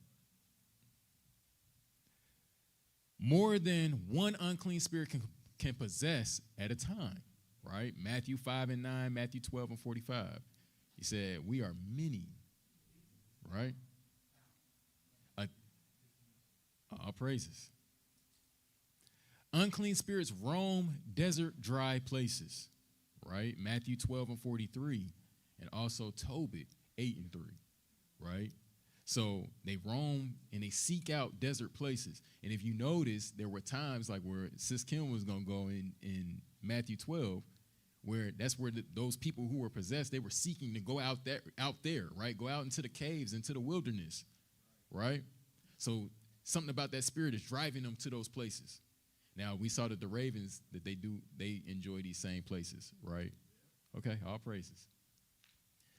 Unclean spirits can cause a person to become supernaturally stronger, right? Matthew 8:29. It was saying, couldn't put them in chains and fetters, right? Busted right out of them joints every time. Now, I have personally seen some things. I just put it like that. Some supernatural level things when an individual has been possessed, right? But that's, again, a conversation for another day. So, go ahead, Art. Let's get you in the mic.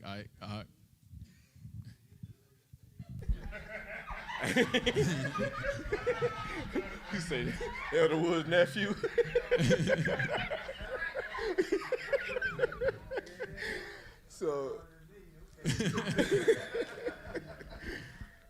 So that would be just like saying, like when the high priest would place his hand over the goat's head and put all the sins of the people onto that goat and then send it out into the wilderness. Okay, all praises. Now, we're not going to touch on that. I see your hand going up, Elder. We're not going to touch on that today. We're not going to touch on that today. I'm going to wait to get to the Azazel.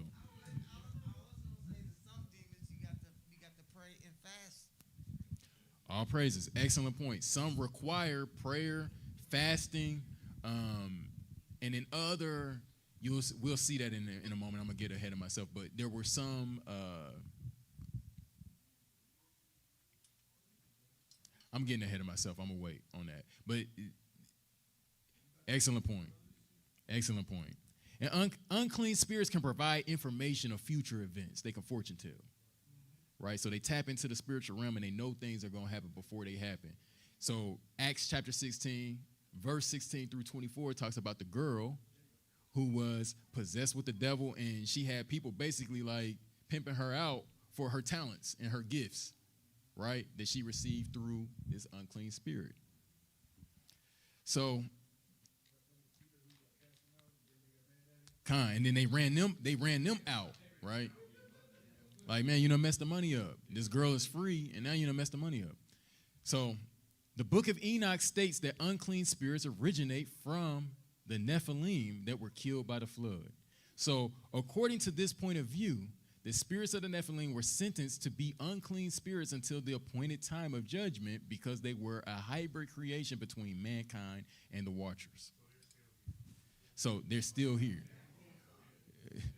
Many of them, right? Only 10, we're going to get there. We about to look at that. So,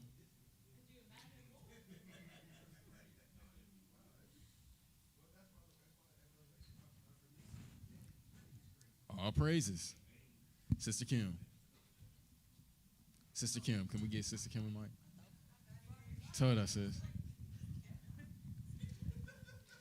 That's why I always say all Bibles are not created equal, because what Elder brought up is a great point, how we can get rid of those spirits, those demonic evil spirits, is through prayer and fasting. Matthew 17:21. And there are Bibles that have eliminated that verse. Literally have removed that verse out the Bible. So that would tell you that's the wrong Bible to possess. If that verse is not in that Bible, and there's other verses that are, that are necessary that we need for our salvation. But, what was another point I was going to make? But the spirits does need a host, as I aforementioned, and you have to basically give it needs permission to enter you. So there's ways that, not say, you got to do a seance and just deliberately invite the spirit, but there are ways that our lifestyles can open up certain spirits to come in you as portals. And if you're tampering in things, that's like giving them permission without asking you. That's the permission based on what you're tampering with and dabbling in spiritually. All praises. So what I will say is I'm in full agreement with what you're saying, first off. What I will say is that there are, so for instance, the child, what did he do? Right? So what did Job do to now he's this attacking him, right? So yes, I am in full agreement that absolutely that is a doorway and a portal. If you want something to possess you, take something you ain't supposed to take,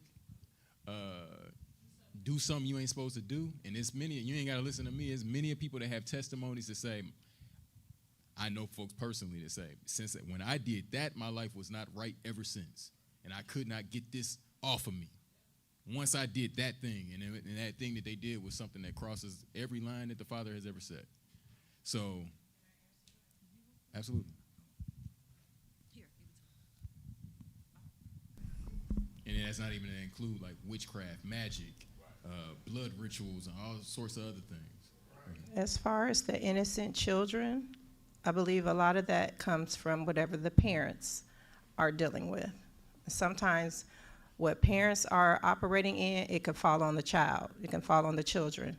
So you can invite still those spirits into your home or whatever. And if the parents are dabbling in things, not only are they possessed, but that can come on the children. So that's why it's important for parents to be an example to our children in our lifestyle in serving Christ, because a lot of times the children are affected based on how we operate. All praises. I will say that in some cases that can be the case. I won't say, again, that that's all cases, though, because we see the case where there was a child that was having, or a young man that was blind from forever, right? And they said, well, who sinned that this has happened to him? He said, nobody. Right? So sometimes, so I do just want to throw that out there. It is a conditional and a case-by-case thing of what the root cause is. Okay, so before you ask Steve, I'm going to go to Sister Dobby because I saw her hand and I forgot all about it. Go ahead. Okay. Well, when I was growing older, I want to say like guilty by association, but at the same time, we're mentioning the innocent children, and that's kind of like my situation. My mom and her mates and stuff. Well, we were moved into a home that was saturated with witchcraft and voodoo and Ouija boards and stuff like that. So as I grew older, I was told these stories that the atmosphere and situation was so saturated and rooted that when they dealt with magic and stuff like that, it got so heavy where to let you know that the spirits were present, it blew the windows out from the inside. Mm-hmm. So here we come, years or months or years afterwards, living in that. Mm-hmm. So just being around people, serving other gods for money, and basically just the atmosphere just opened up. And so we were young, we were innocent, and my mom, she would send us to church when we didn't go. When she didn't go, I'm getting shaken, but yet and still, I guess if you're not doing it in spirit and in truth, and it's, the parents, it's their responsibility to guide the children. But like I said, if it's not being done accurately, you still leaving doors open. And even with that, guilty by association, dark and light don't mix. You can't be the one in the Father, tight knitted, but you're with someone who's not. that's still keeping, the atmosphere open for children to be attacked. So, we was around it for years, and it was just drawing sin and wickedness and Sodom and Gomorrah and murders and thievery. Everything was just in one little double house on Lexington. And so I'm just saying, I was exposed to a lot, but yeah, he pulled me out, All praises. He helping me to make it through. And I have 5 other siblings, so we all finding our way to the Father as All He praises. allow us. Yeah. All praises. So, like, notice that it can be sometimes like hot spots or hot zones, if you will, of unclean spirits. Go ahead, Oxley. Kind of, even along those, again, along the same lines, even culturally speaking, I don't talk to certain members of my family because they are into that witchcraft to doing curses on people, and it gets deeper, it gets weird, even into sacrificing chickens and animals and on specific constellation dates. So that's why I tell, like, as far as the zodiac, everything with the 12 constellations, 13 actually, but that they would do certain sacrifices on those dates. Worshiping the stars is an ancient thing. So, and we told not to do none of those things. So they do open portals. So if you continue in opening up those portals, these doctrines of demons, right? Whether that portal's that television screen, right? So, and programming that we're allowing these children, if we don't watch it, it could come in subtly, right? Even in the commercials, it's nowhere you could run. They're pushing their agenda everywhere. And as far as what you brought up, as far as with Enoch, the book of Enoch, book 1, chapter 10, verse 8 through, I'm going to just read through 12. And the whole earth has been corrupted through the works there that was taught by Azazel. To him ascribe all sin. And to Gabriel said the Most High, proceed against these bastards and the reprobates, and against the children of fornication, and destroy the children of fornication and the children of the watchers from amongst men. Cause them to go forth, send them against one another, that they may destroy each other in battle. For their length of days shall they not have, and no request that they have or their fathers make of them shall be granted unto their fathers on their behalf. For they hope to live an eternal life, and that each of them will live 500 years. And the Most High said unto Michael, go bind Semyaza and his associates, who have united themselves with women, so that as they defile themselves with them that are in uncleanness. And when their sons have slain one another, and they have seen the destruction of their beloved ones, bind them fast for 70 generations in the valleys of the earth, till the day of their judgment and of their and the consummation, till the judgment that is forever and is ever consummated. Excellent point. So now, y'all heard what he just said, right?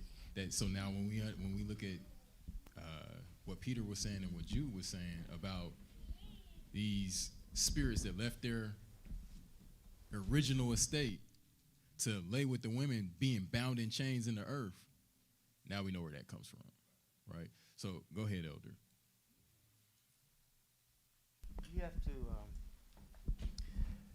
have to understand, small children, their mind has not been developed yet, so they're vulnerable to a lot of things because they haven't reached the age where they know right and wrong yet. So their minds and their mental attitude can be, certain things can be inserted into them because they doesn't have the capacity to think or know what is right and what is wrong yet. They're so innocent. That's the key word. They are so innocent to everything. So they're vulnerable to these type of spirits that, that can get in them, And basically, like you said, it's going to be about their mother and their father, where they stand with Yah and where they don't stand with Yah. I think the ones that's more vulnerable to that is the ones that had no knowledge of Yah, because they had nothing to fight against that, or nothing to sustain their children with a praying over them and things of that nature. So they're going to be more vulnerable to it. But a child's mind is not developed to the point to where it can withstand, the wells of the enemy. So it's really key to the parents. Okay, I'm sorry, Sister Kim. I'm going to have to cut you off if that's okay, because I do want to keep moving because I still got a few slides left to go to. So can you hold that point to the end? I'm gonna go to Steve because he had his hand up for a minute, but then I gotta stop it and I gotta keep moving. Go ahead.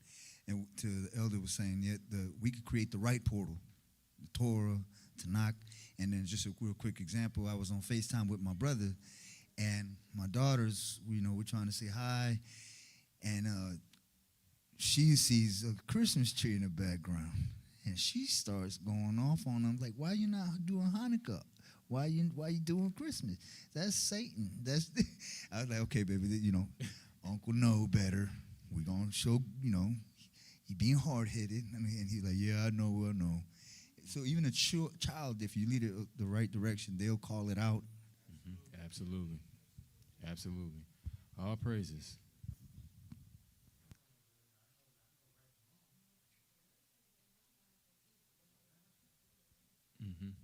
All praises. So the book of Enoch states that unclean spirits originate from the Nephilim that were killed by the flood. According to this point of view, the spirits of the Nephilim were sentenced to be unclean spirits until the appointed time of judgment because they were a hybrid creation between mankind and the Watchers. All right, so, and if you just want to look up what these Watchers are, they're mentioned in the book of Daniel. Okay, so, but I'm gonna keep it moving. So with this being said, they did not receive the judgment of either man or spirit, but instead were given a separate judgment. So this would explain their desire to possess a physical body, right? So these were stripped from their bodies, and as unclean spirits desiring a body, still hunger and thirst and have desires, they seek to fulfill but cannot with the absence of a body. So we can read this in 1 Enoch and 15, all right? So this is what explains why they want a body, is because they've had a body, and every day they still hungry, they still thirsty, they still all of their desires, and they can't do nothing about it. It's like you got an itch that you can't scratch. So the only way that I can do that is if I can get in a vessel and take it for a spin, right? Which is kind. With their parents, kind. So Enoch 15, starting at verse 1, it says, "And he answered me and said to me with his voice, Hear, do not be afraid, Enoch, you righteous man and scribe of righteousness. Come here and hear my voice. And go say to the watchers of heaven, who sent you to petition on their behalf. You ought to petition on behalf of men, not men on behalf of you." So now we know that there's that part where it talks about, do you not know that you will judge angels?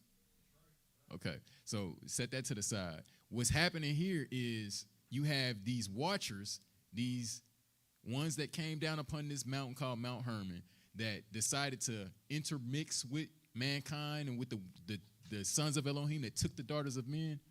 Well, when they do this and they teach them all kinds of witchcrafts and all kinds of other things that are not making weapons and all kinds of other things that are not conducive to what mankind should be doing, what ends up happening is they realize we probably shouldn't have done that. We in trouble. And so what happens is they go to Enoch, knowing that Enoch is a righteous man, and they say, "Can you go to the Most High for us and petition him, and maybe we can receive mercy from the judgment because we know we messed up." And this is what this conversation is. It's a conversation between the Most High and Enoch, okay?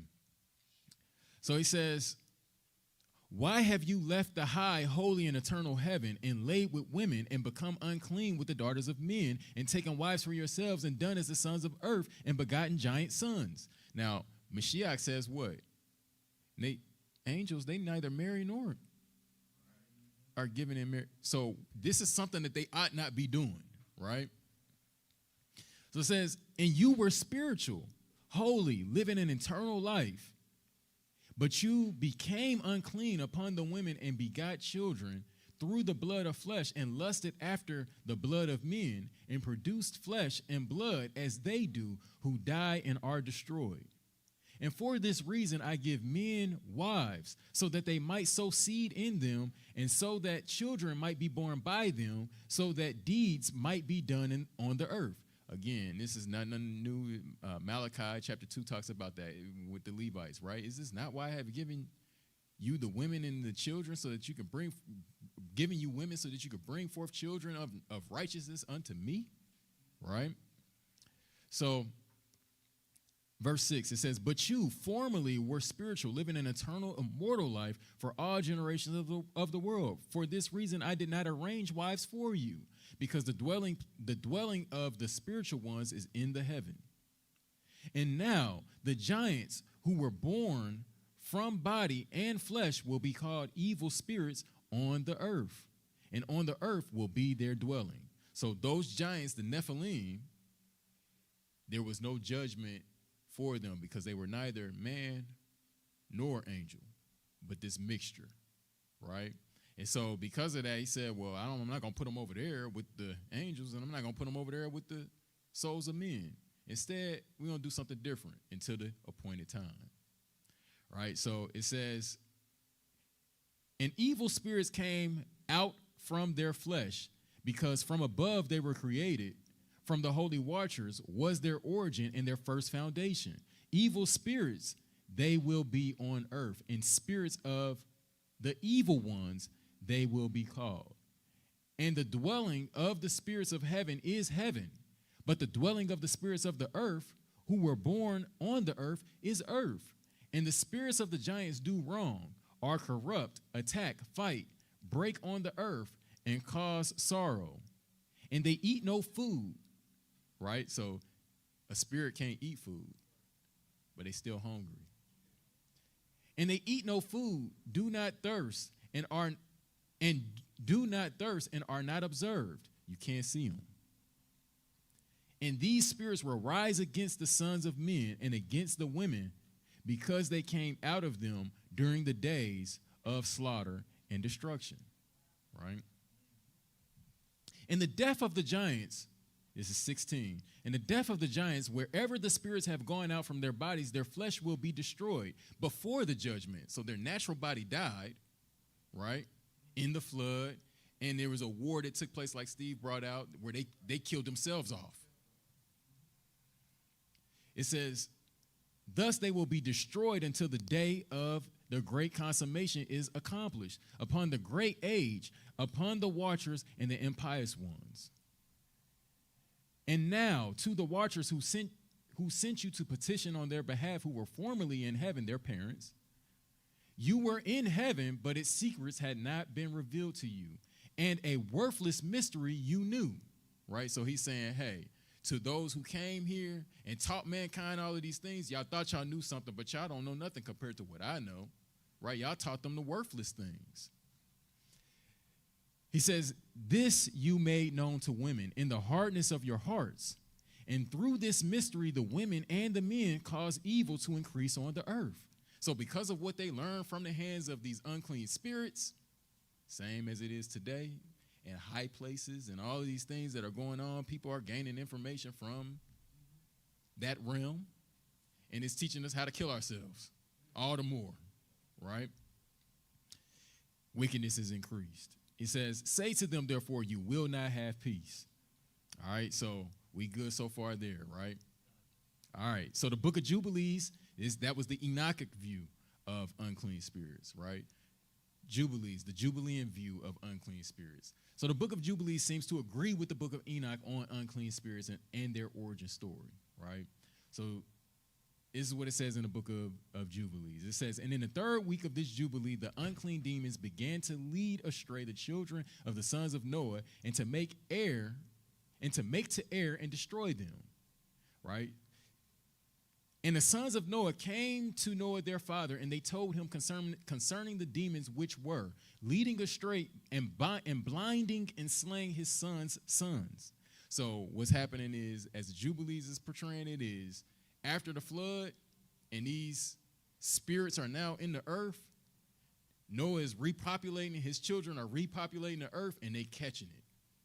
Spiritual warfare at its highest power, right? And they getting thrown, the spirits are having any way with them, right? All kinds of illnesses, all kinds of everything occurring because of these unclean spirits, right?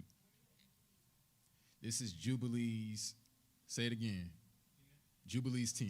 Starting at verse 1. So,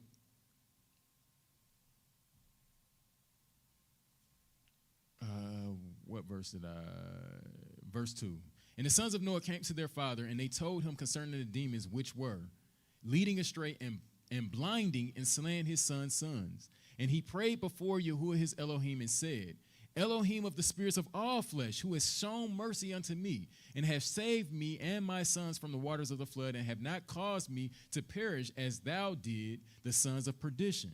For thy grace have been great towards me, and great have been thy mercy to my soul. Let thy grace be lift up upon my sons, and let not wicked spirits rule over them, lest they should destroy them from the earth. But do thou bless me and my sons, that we may increase and multiply and replenish the earth. And thou knowest how thy watchers, the fathers of these spirits, acted in my day. And as for these spirits which are living, imprison them, and hold them fast in the place of condemnation, and let them not bring destruction upon the sons of thy servant, my Elohim. For these are malignant and created in order to destroy. And let them not rule over the spirits of the living, for thou alone can exercise dominion over them. And let them not have power over the sons of the righteous from henceforth and forevermore. And Yahuwah our Elohim bade us to bind all. And the chief of the spirits, Mastema, this is the same Prince Mastema that we saw earlier, came and said, Adonai, Creator, let some of them remain before me. Right? So Noah prayed, get rid of all of these unclean spirits. Then that enemy or the adversary comes up and says, well, hold on, don't get rid of all of them. Leave some of them for me. And then they can be under me, my underlings. Right? So listen to his reason. He said, Creator, let some of them remain before me, and let them hearken to my voice, and do all that I shall say unto them. For if some of them are not left to me, get this, I shall not be able to execute the power of my will on the sons of men. For these are for corruption. So when you go astray, like Sister Kim said, there's spirits that are waiting for you. Waiting to have their way. Like they're waiting there. Like, oh, you did that, you stepped it, you gave us permission. Now the Most High can't. He's away from you. He's pulled away from you. And now with that hedge of protection being gone, here we come. We don't have our way. Do what we want. So he says, I shall not be able to execute the power of my will on the sons of men, for these are for corruption and leading astray before my judgment. For great is the wickedness of the sons of men. I have to have something set up so that who else is going to do your dirty work? And you know, make it hard for the sons of men. When they do wicked, who else are you going to send to go and get dirty with them? Use us. And he said, let the 10th part of them remain before him, and let 9 parts descend into the places of condemnation.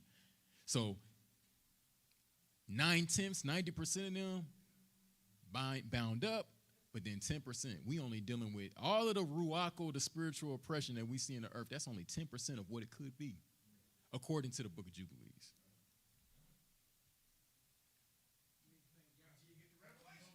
Gotta thank the Most High for that. All praises. Right? So now you see, So now you see the reason why when Mashiach walks up to cast the demons out, and before they get thrown into the pigs, this is why they say, hold on, wait a minute, it's already agreed. We can do this until the time comes, right? Why are you coming to us before the appointed time? We know this is the appointed time, right? And that's what that's about, okay? So that part right there. It says, and he said, let a 10th part of them remain before him, and let 9 parts descend into the place of condemnation. And one of us, he commanded that we should teach Noah all their medicines. This is one of the angels or one of the righteous messengers having this conversation with Noah. It says that we should teach Noah all their medicines, for he knew that they would not walk in uprightness nor strive in righteousness. And we did according to all his words. All the malignant evil ones we bound in the place of condemnation. And a 10th part of them we left, that they might be subject before Shaitan on the earth. And we explained to Noah all the medicines of their diseases, together with their seductions, how he might heal them with the herbs of the earth. And Noah wrote down all things in a book as we instructed him concerning every kind of medicine. Thus the evil spirits were precluded from hurting the sons of Noah. And he gave all that he had written to Shem, his eldest son, for he loved him exceedingly above all his sons. And Noah slept with his fathers and was buried on Mount Lubar in the land of Ararat. So I'm going to go to Zakane. I got. We'll touch on that for a second. We'll go ahead. But what I want to point out is right here. We only got a tenth of what was there. He said the most malignant ones. These are the ones who are the worst of the worst. So if you know what we're going through now, the worst of the worst is buried. The worst of the worst is being held bound. Imagine what is going to happen when that's unleashed. And we got the mildest ones. We didn't get the worst ones. Yeah, they want to take have some fun. They want to take you for a joyride. All praises. Go ahead, Elder.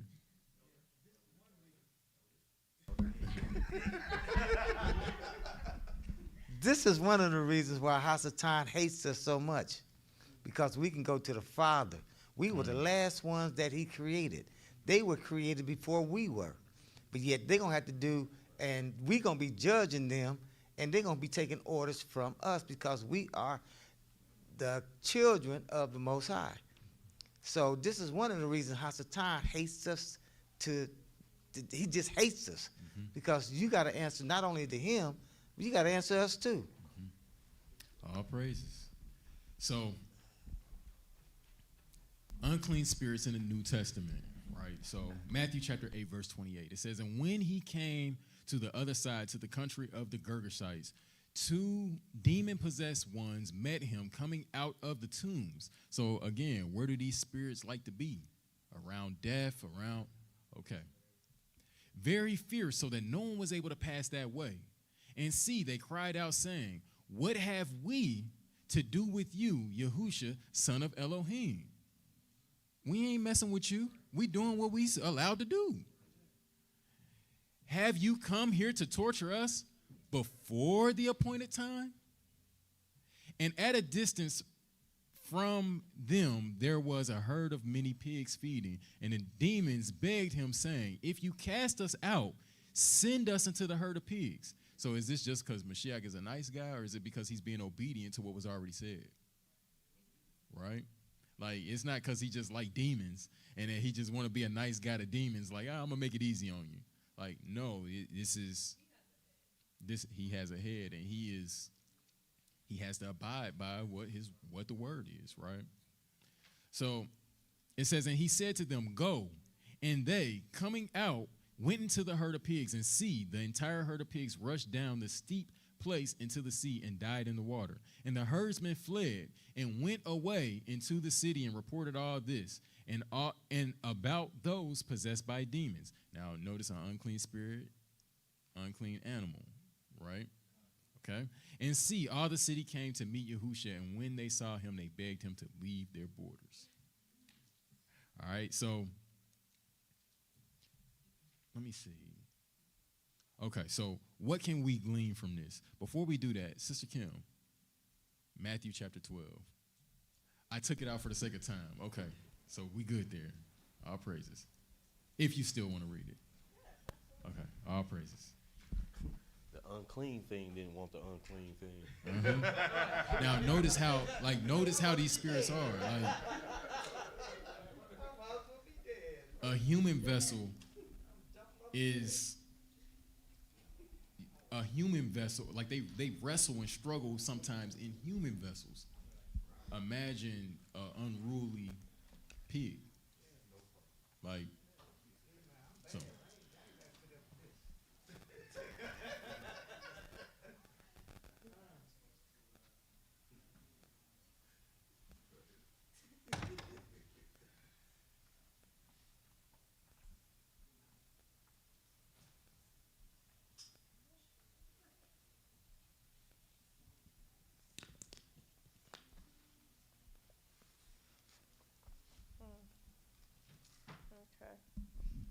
So it's Matthew 12, verse 43. Subtitle: An Unclean Spirit Returns. When an unclean spirit goes out of a man, he goes through dry places seeking rest and finds none. Then he says, I will return to my house from which I came. And when he comes, he finds it empty, swept, and put in order. Then he goes and takes with him 7 other spirits, more wicked than himself, and they enter and dwell there. And the last state of that man is worse than the first. So shall it also be with this wicked generation. All praises. So,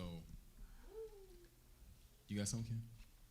Well, that's just a lot of times how I grew up in the church. And it was taught that if you backslide,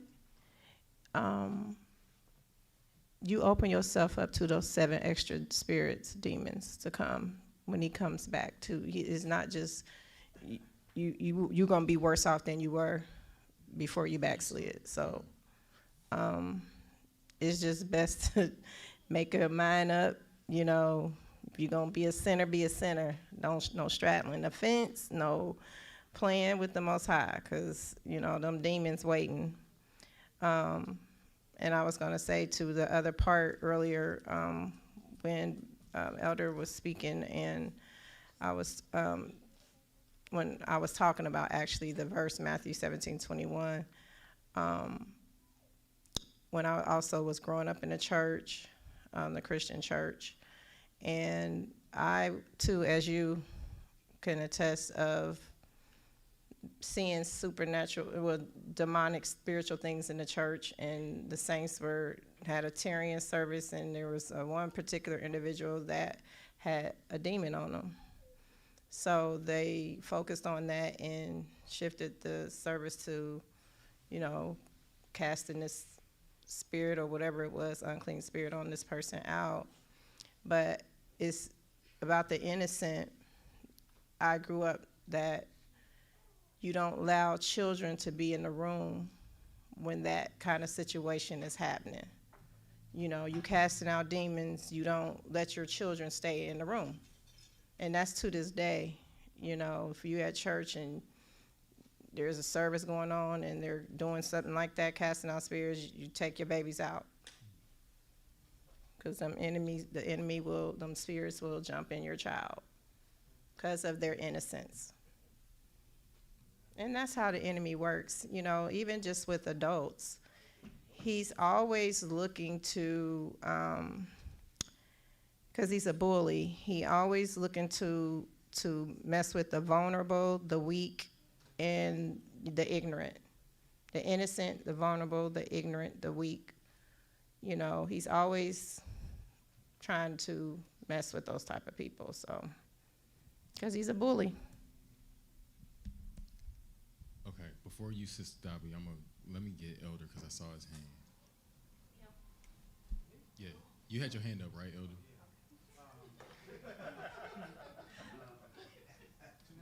That's one reason why they try to tell you all the time you should pray over your children. You should always pray over them. Like when they first born and all. He got it. Is that mic on? Here, want this mic?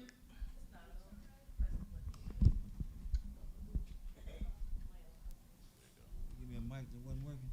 I said they're trying to silence me.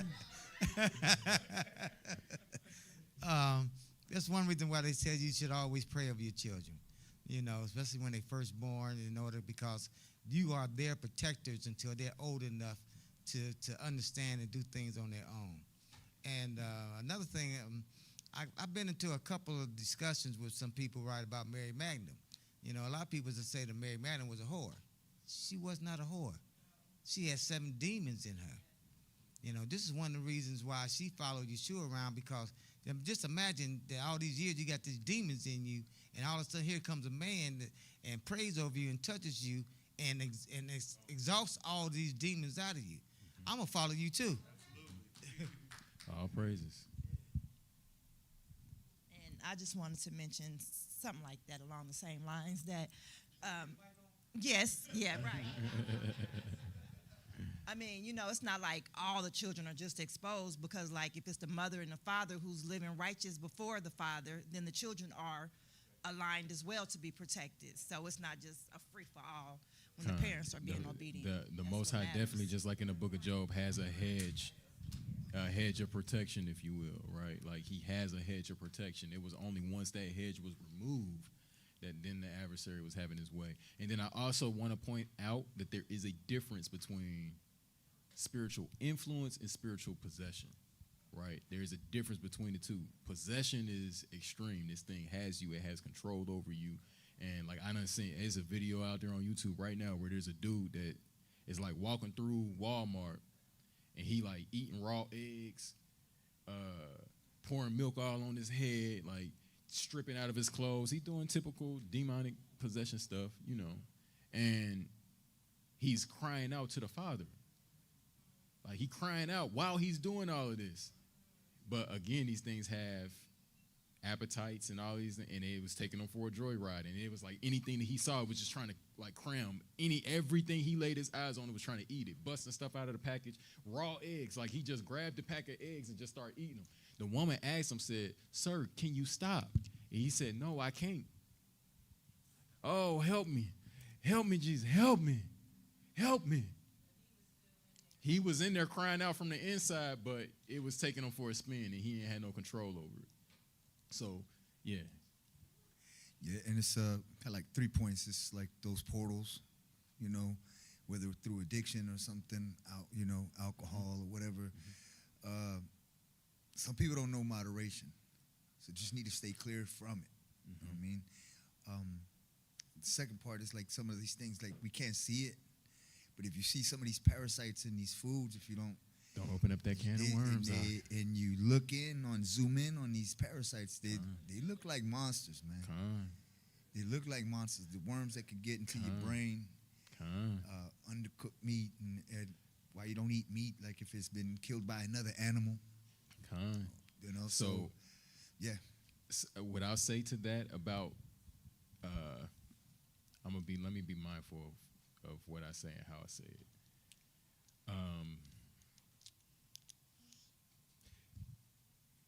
It would behoove you to look into how some of these parasites operate, how they work, how they seek a host, and how certain, like women in a room that have children. Have y'all ever noticed when you go to the checkup how the doctor will ask you, "Do you have cats?" So they ask you if you have a cat at the house because there's a parasite that can. So what this parasite does is it will jump into a rat or something like that, knowing that it's trying to get to a cat, right? Because it needs to be in a cat and go through a cat's body to transform into its next body, like its next phase, right? It can't level up and turn into the next thing unless it gets into a cat's body. So what it'll do is it'll lay the eggs in a rat, if you will, but once it gets into the rat, it alters the rat's mind and starts to take control of the rat's mind. Once it takes control of the rat's mind, it makes the rat have a desire, like a sexual desire and everything. Like it loses its fear and everything for the cat. So they'll go to the cat. The rat then, because of the parasite will control it and make it find a cat so that the cat can eat it. And now it's done got into the cat's body so that it can level up. And so then it jumps from that, and then it can get into the litter box. And if it's in the litter box, the mother can come in contact with those parasites, and then it can do harm to the mother and the child. So I'm going to y'all do what y'all will with that information and how some of these parasites work. And it's estimated they've done all kinds of studies. There are studies out there. Like I said, I'm trying to be mindful of what I'm saying, because what I don't want to say is the Bible says that parasites are demons. I'm not saying that, but I'm not saying that they're not. What I'm saying is do your research on it, and As with all things, come to the conclusion that you'll come to. But that's just interesting information when you look at how these things operate. Sister Kim. Oh, no. I'm sorry. Before Sister Kim, Sister D. When you guys were talking about this, the first thing that came to my mind was like a person with schizophrenia. And I've actually seen a person with schizophrenia that was talking in different voices. And one was like, if you didn't know that person was by themselves, you think they're in the room with many people talking. And it's super scary. All praises. And then they will also notice, I'm going to leave that alone. All praises. Sister Kim. Before you even said that, I was already thinking about the verse, let this mind be in me that was also in Christ Jesus. Because without his mind, we're susceptible, we're open to anything. Anything could come in and take over if we don't have the mind of Christ. So that's all I want to say. All praises. Elder, as I came. Did you have your hand up? I'm talking to you. Okay. After as I came, let's go to Nadab.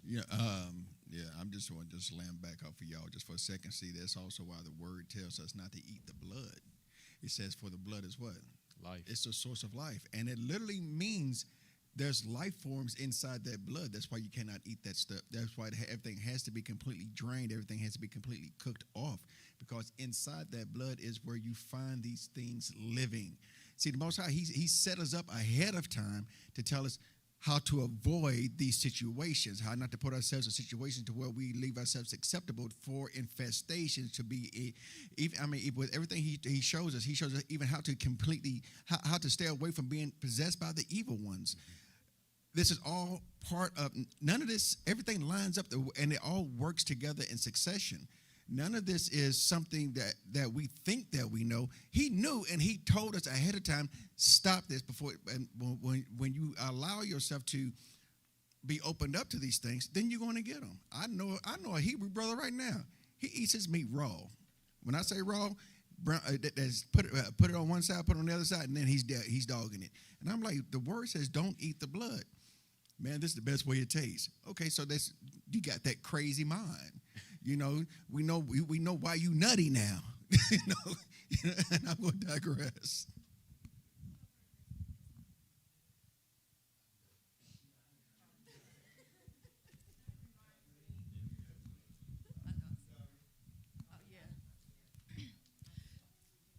Just remember you mentioned that there's a difference between possession and influence. I just want to also mention that the righteous can be influenced too. It comes and goes.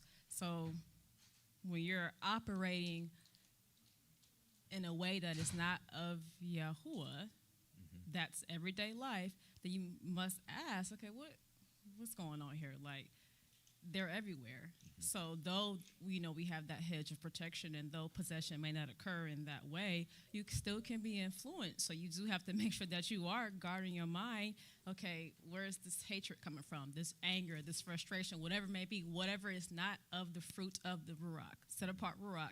You have to say, okay, whatever is of the flesh, we have flesh, right? It's in us. We have flesh. This is flesh. So we have to make sure, okay, it's not just of those who are wicked and evil. Righteous definitely are susceptible to those influences, too, of the unclean spirits. So we just have to make sure that we are aware of that, too. Sometimes it's just, it's the wicked, only for the evil. Nah. But you got to be dead. We dead all in sin. have to be careful. That's not necessarily the case. Like, so,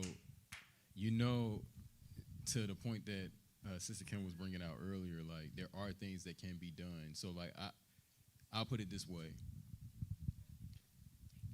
Is it possible, if you are a person who is given to anger, that then a spirit of anger can then fall upon you, and then next thing you know, it's like, okay, I was this mad, but then now it's something else that's done took over, and it's like I can't even control it. I'm seeing red, and it's done that has now control, and it's done took me way over, and it's like, man, I was way far off the mark, off of the character. I don't know what that was or why I would do it, right? Like, so again, just keep in mind how these spirits operate. They're just looking for any kind of vessel that will be in agreement with them, that will let them go for it, hang on for a ride.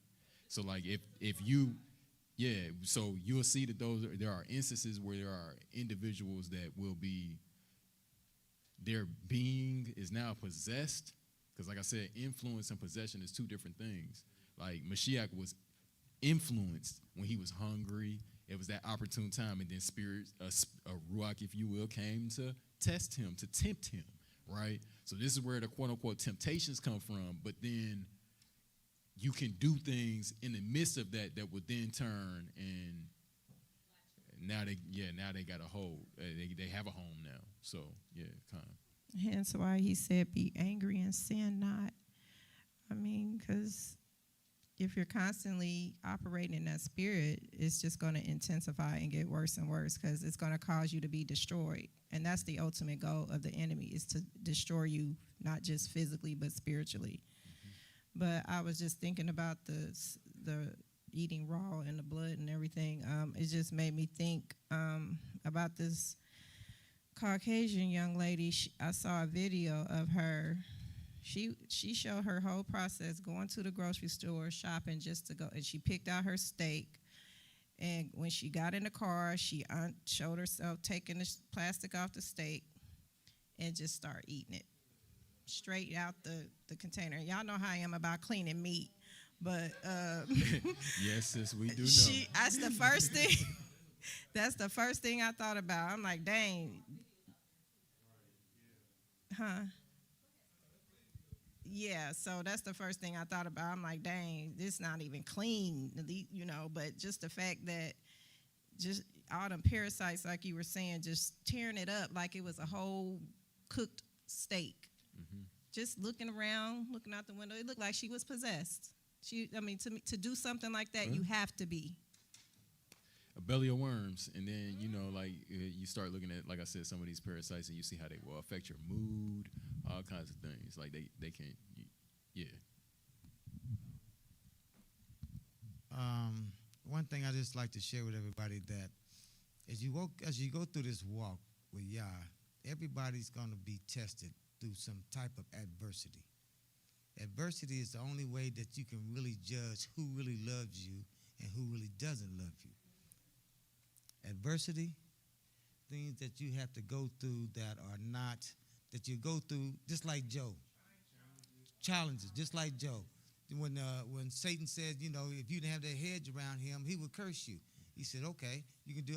This is the adversity that Job had to go through. He said, you can do whatever you want to him, but you can't kill him. Mm-hmm. So that was the adversity that I'm talking about. You're going to go through things like, you can go through a day and everything's fine, then all of a sudden, boom, something to the left and wouldn't happen. Mm-hmm. So this is going to dictate how you're going to act or react to this situation, to this adversity that you're going through. Are you going to stay with Yah and do it in a wise way, or are you going to just fly off the handle, to where you have to go back and repent? Mm-hmm. But we all going to have to go through this type of adversity sometime at some point in life, so that Yah can determine you really do love me. Mm-hmm. You stuck with me and done what you needed to do, even though you was going through this adversity. This is why he said you have to endure to the end, because there's going to be adversity that you're going to go up against until the day that you actually leave this place, to determine where do you stand with Yah. So it's a rough walk. It is. And you're going to be tried and tested a lot, And as you make it through this adversity at the end, there's a bigger reward at the end than it is when you're trying to scuffle and fight with during the middle stages of these things. All praises. I'm so glad you brought that out, Elder, because that's where I was trying to land. That's where I was trying to land. Go ahead. Yeah, and going back to like eating meat with blood in it, and even with this whole paganism celebrations as far as Thanksgiving, it was massacres, but you gotta look at the same time. Like I talked to natives, Native Americans, Navajo, Apache, Mexican, Aztec, whatever. We weren't completely innocent as well. We was involved in human sacrifice and eating human flesh, and that was sparked it between the Spanish conquistadors and the Aztecs was once they were learning these new indigenous people and how magnificent the cities were, and they had a big banquet, and this is where it popped off at. This is when they were eating. The Aztecs asked the generals, one of the generals of the conquistador Spanish invaders or whatever, before they actually started getting violent, is, hey, do you like what you're eating? And then, yeah, what is it? And they walked them over to the table. It was human flesh of virgin children. And so the conquistadors locked all the doors up and put to death everybody for the cannibalism. And that's what sparked it. And so the same thing with the natives here in the United States. They had other tribes that were under servitude, and that's how they were able to put one tribe versus the other tribe, because one was a slave to the other. All praises. No, this was the last one. Okay, yeah, this was the last one, and it's been up there for a minute, so they can see it. I'm gonna read this last slide, and then we're gonna wrap it up. All right. So my question was, I'm glad. That's why I said I'm glad that Elder went there. What can we glean from this? What can we see that the world of Noah would still have its issues. So with these new details, we see that the dove and the raven could be used to represent the presence of both clean and unclean going forth back into the newly restored world. So now you see, just like he had an unclean bird and a clean bird, and he sent both of those back out into the world after the reset. Now you got clean and unclean people, clean and unclean spirits going both back out into the world. Okay? Starting back all back over again, right? So it says,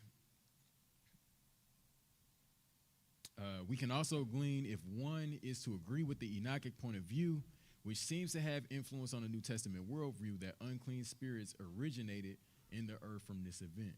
So notice the nature of these two birds and how they can symbolize two manners of spirits of people in the world. So with this being said, we can see how both set-apart spirit and unclean spirits operate through our observation of these birds that were released back on the earth, right? So again, the question was, well, what can we make of this as it pertains to the world after Noah? Because that's the world that we living in, the world after Noah, right? One, be on guard, understand what it is that you ought to be doing and shouldn't be doing as far as spiritual defense, because these things are real. And then going from that, like, also just keep in mind, like, Noah received deliverance in his day and received favor because of his righteousness and his upright walk with the Father, right? So we can tap into that same thing if we operate and move as he did, right? So let us continue to move forward with a full head of steam, moving in righteousness, that we might, again, just as he came off the ark, enter into covenant with the Most High, and now we received this quote-unquote protection. So, we want to be able to be heard. So, yeah, with that being said, man, like, if it wasn't for, if I didn't know no better, I'd think it would be spirits trying to attack all the technology went crazy. They don't want this to get out. But yeah, like what, like yeah, we was even talking about this earlier today. Like man, it's like no, all things going well, and it's like this something trying to come and disrupt and shake things up. Like it seemed to me like they don't want to be exposed.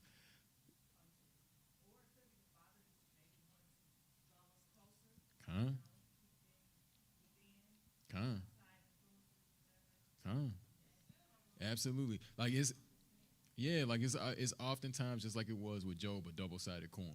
Like one side of it, like we'll see when we get to that part with Joseph. Like he said, "Nah, y'all meant it for my harm, but Most High meant it for my good." Like just like Elder was saying, like sometimes adversity comes just to shake things up in you. You know what I mean? Like don't get too comfortable, and like to some degree, we got to learn how to press through that adversity. You know what I mean? Like we got to learn how to press through it. Like it was every discouragement today from a carnal standpoint on, okay, like we are as a body trying to get back to doing things that we do as far as praise. So why would the enemy not want to come and try to attack that? If I was your enemy, I would want Nah, because then through that comes deliverance, comes all sorts of other things. Now the word is that much more poignant because we set the tone for the Father's presence to be dwelling amongst our midst, right? So, yeah. So, yeah, just you got something, sister?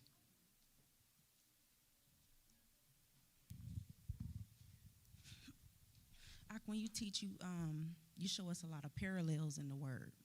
So from the lesson that we, got today, I was thinking about how it says when these unclean spirits leave, they go looking for dry places.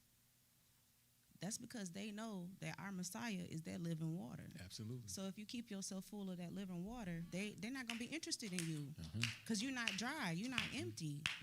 It says that those spirits are thirsty. He says, you drink this water, you'll never thirst again. All praises. And I had something else to say, but I'm getting nervous, so. Nah, you cooking with the hot grease. You cooking with the hot grease. Yeah, I can't. Oh, okay, I got a praise report.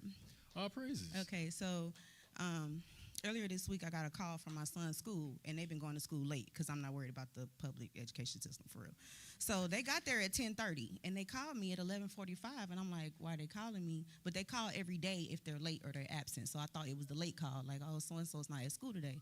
But I answered, and when I pick up the phone, the first thing I heard was the librarian. She's also the in-school suspension lady. So as soon as I pick up the phone, I said, shalom, and I heard her in the background. She was like, and you're not going to yell at me. You ain't going to be yelling at me either. You ain't going to be talking to me. I said, who? She said, Messiah. She was like, is your last name Love? She was like, I'm calling about, she was like, is your last name Love too? I'm calling about Messiah Lee. And I was like, yeah, I'm his mom. Now, when she asked if my last name was Love, I just looked over that because she said she's asking for Messiah Lee. So I'm like, yeah, I'm his mom. She was like, yeah, he was in class and he was pressuring a Hispanic little boy to say the N-word. And then when he said it, he was trying to fight him for saying N-word. So he say it, I dare you. And then when he said it, Messiah was trying to fight the little boy.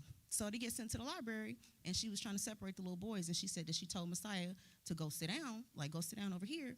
And he was like, nah, I don't want to do that. So I said, don't worry about it. I'll be up there in a minute.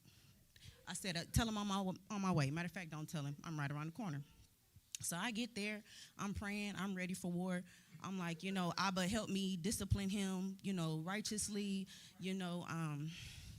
So I get there, and I'm like, early dismissal. He ain't even coming back today.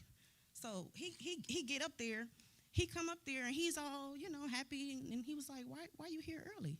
And I said, why you cutting up? And he looked confused. He didn't know what I was talking about. So then I get in the car, and I'm like, yeah, your teacher said that you was doing this, and honestly, all of it sound like something my son would do. So, yeah, I've had to talk to him about this word before. So I get up there, and I'm like, yeah, like, he about to pay. So he was fenced to get it. But as I always like to hear his story, too, because perception matters. Because sometimes children don't understand, like, what they did was wrong. They don't, so I always hear his side of the story. I'm like, your teacher said you did this, so you tell me what happened. I said, why was you fighting and fussing with that little boy? And he couldn't tell me nothing. Like, he confused. He was like, well, I didn't go to the library today. And I said, I was just on the phone with her. She just said you was in there. So I'm on the way home, and I stopped because he's confused. He's not, usually his story line up. Like, even if he's trying to, like, deflect, I could still tell that he's hiding something. But he literally could not give me anything. I said, let me go talk to the teacher, turn U-turn.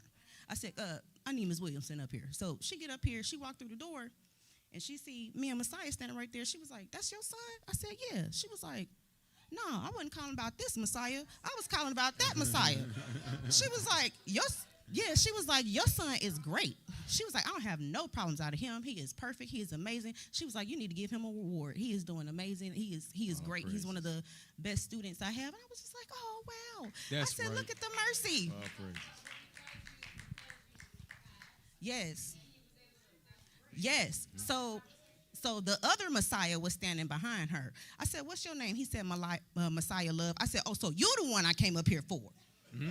You the one. I said, these teachers don't need to be calling, trying to look for your family. I said, how old are you? He said 11. I said, I know you know better. I said, stop cutting up in here. Do what these teachers ask you. Yes, ma'am. Just the fact that he said, yes, ma'am, I know you know better.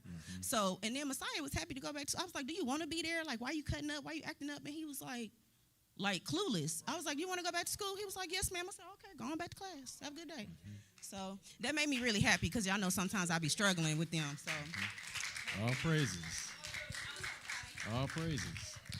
Righteous judgment.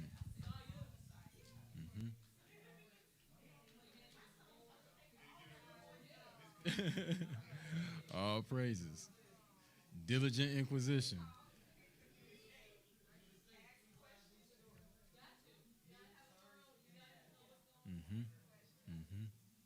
All praises. All praises. Well, with that being said, yeah, I'm told me, I'm sure, yeah, it's grub time. I said it's grub time. I'm about to say, I mean, for y'all know I be chilling, but yeah. With that being said, like I said, we're gonna continue kind of in this direction in the next lesson. Like I said, my goal today was to lay out facts, right? Just get the facts out. Well, what was the ancient thoughts? What are some of the ancient parallels? Then we'll go into, like I said, the next phases of it. Lesson by lesson, that's kind of going to be the blueprint until the Father leads otherwise. So, I can't hear you. It wasn't all of 8. The last part of 8 was dealing with just the promise that, the promise that was made. So I'll probably touch on that next week, but I'm not gonna stay there too long.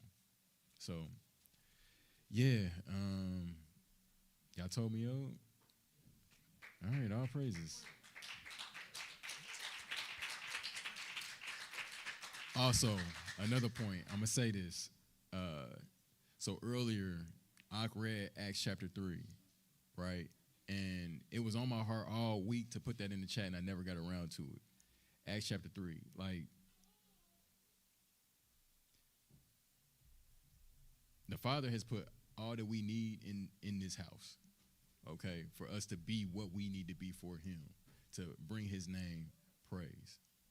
All right? With that being said, we about to start moving in a direction where the Father is going to start tapping into some of those gifts, right? So there's no reason for us to feel like we lack. There's no reason for us to feel like we are incapable or that there's anything that we cannot do. Like, if he be for us, who can be against us, right? So now that's not to say that it's not going to be some adversity, as Elder said, on that path of us trying to get refined so that we can be what we need to be. Expect that. But keep pressing through and operating in what it is that he's put in you and what he's called you to be, because one thing's for sure and another thing's for certain. When one part of the body suffers, we all suffer. So you might think, I'm just dealing with this on my own. I'm off to the side, and I'm keeping this to myself. I'm over here, and it's not going to affect the house, but it is, right? Just like we was talking about praise. This is what House of Refuge, this is what we do. But yet we had guests last week that if it's their first time, they wouldn't know it none the wiser, right? So, like, it's just certain things. Like I said, we were transitioning. We are not where we are now. Is not where we started a year and some change ago, right? Everything looks completely different. And with that being said, and all of the adversity and everything else that we have been through as a body, like, we're now starting to walk into that period of newness, right? So just expect all of the challenges, but keep pressing through it, because where he's leading us and what we're called to do and called to be, and I'm saying this again, I have my own challenges, right? So, like, I say all that to say, expect the challenges to come, but keep pressing towards the mark, because he's trying to do something with this place and with you and your personal life, right? Like, with you. So, to my singers, my voices, those that, y'all get ready. Like, it's going to be a lot of things. Like Sister Kim, you you ain't new to this. You true to this. You had been was doing it, but we gonna have some new faces that stepped up to the plate, right? Like Sis Dobby.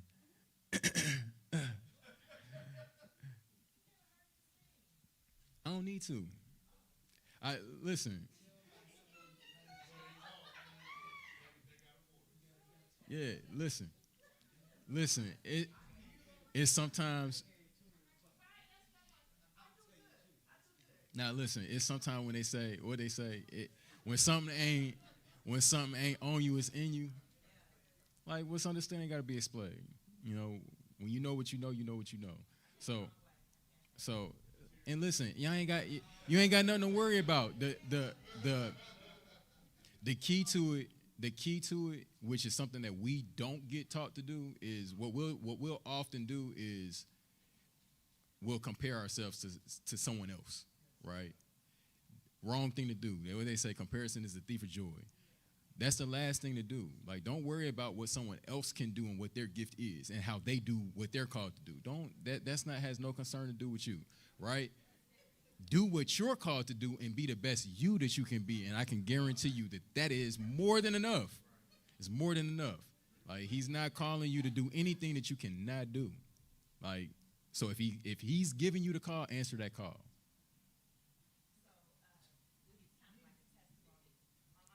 Mike, can we get him?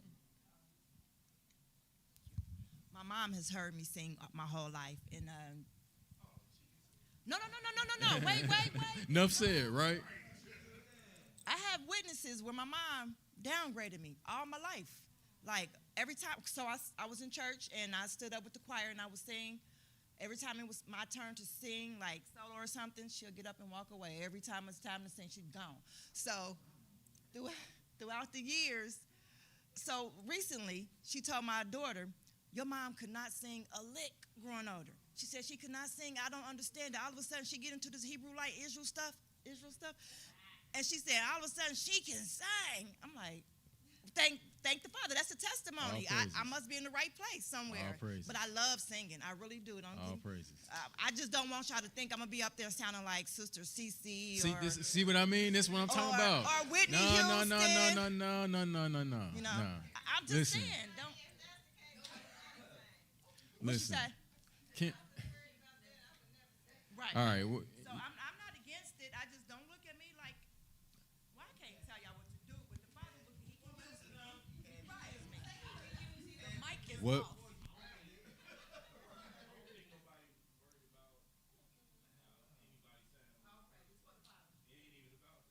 off.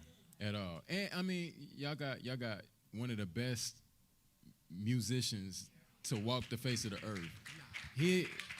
If something is off, he know how to work with you to bring the best out anyway. So I'm not worried about that. And then listen, I done seen Sister Kim in action, so I already know she gonna keep y'all honest. So listen, I say all that to say, like, and the praise and worship thing is just one of the things. Like, that's just one of the things and one of the gifts that we got in the room.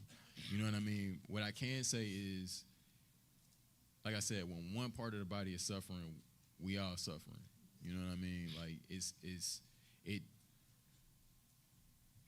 Just wait and see what we're gonna be when we start clicking on all cylinders. I'm gonna just put it like that. I can see it, and so yeah.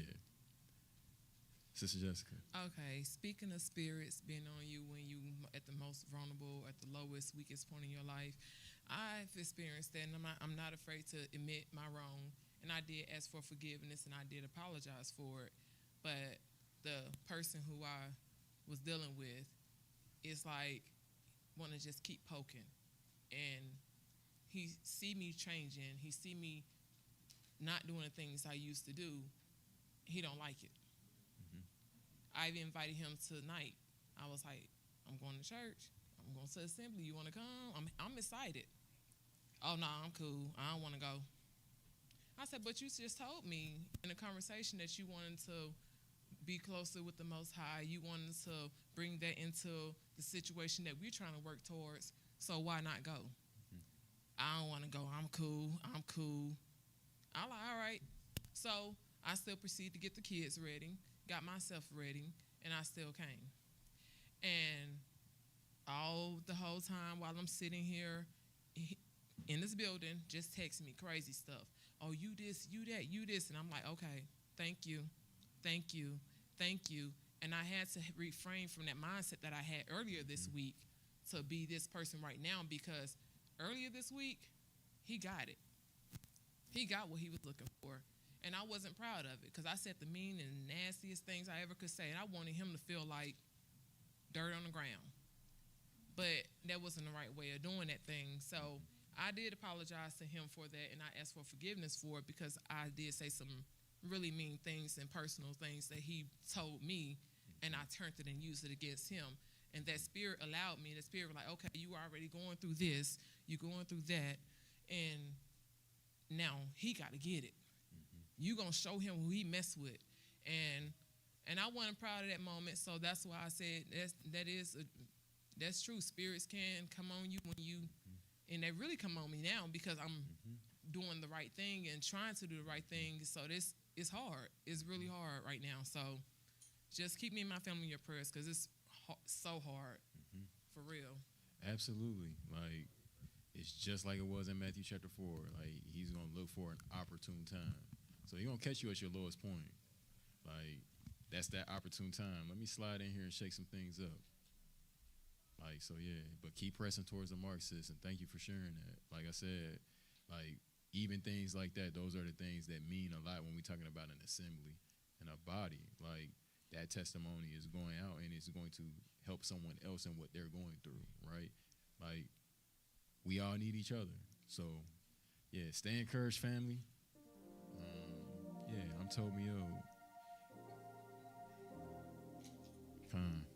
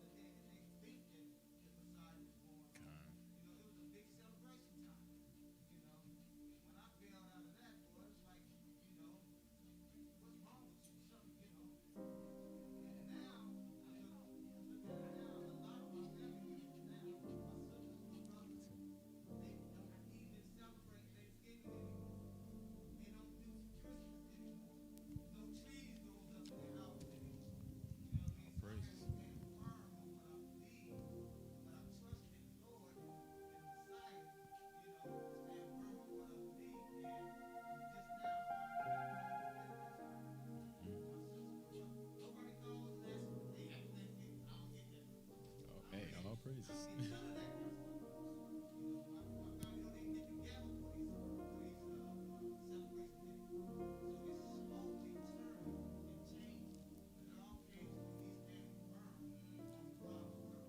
sir.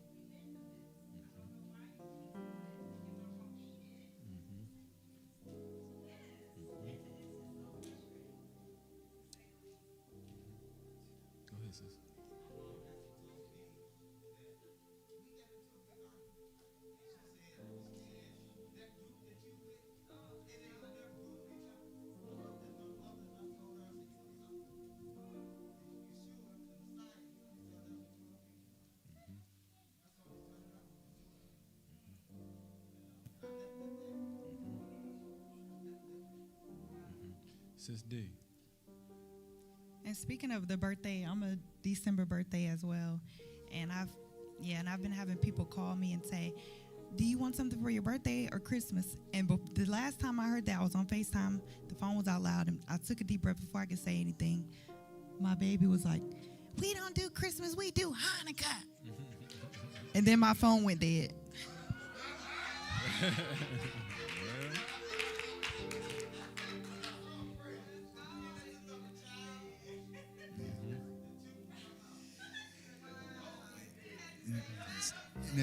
Similar, and the same thing in our daily walk, work, right? And I had to tell my brother the same thing, about the same thing we're going through with our families.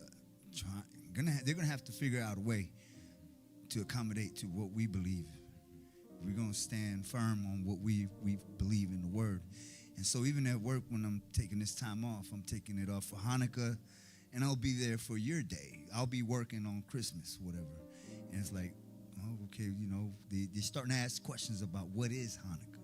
And this creates an opportunity to able to teach the Gentiles and those who that are Israel don't know that they are who they are, to start teaching them about the rededication of the temple, the story of Maccabees, so forth and so forth. So we should take that opportunity to tell them what really is of the word of Yah. Praises.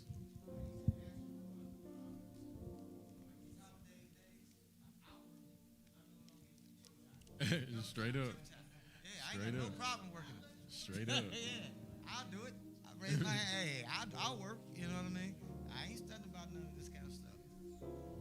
The only thing I was going to say was just in that, continue to be patient with them.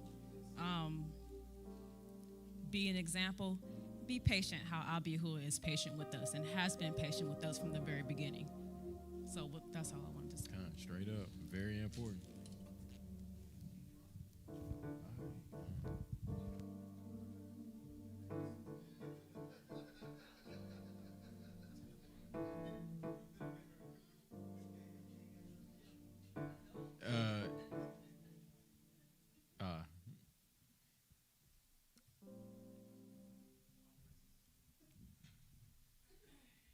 Hey, all praises.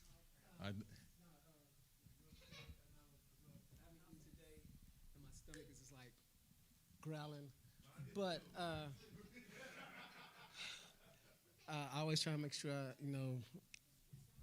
I always think of the kids. So I know we can eat spiritually, but I know sometimes our kids, it's like, yo. But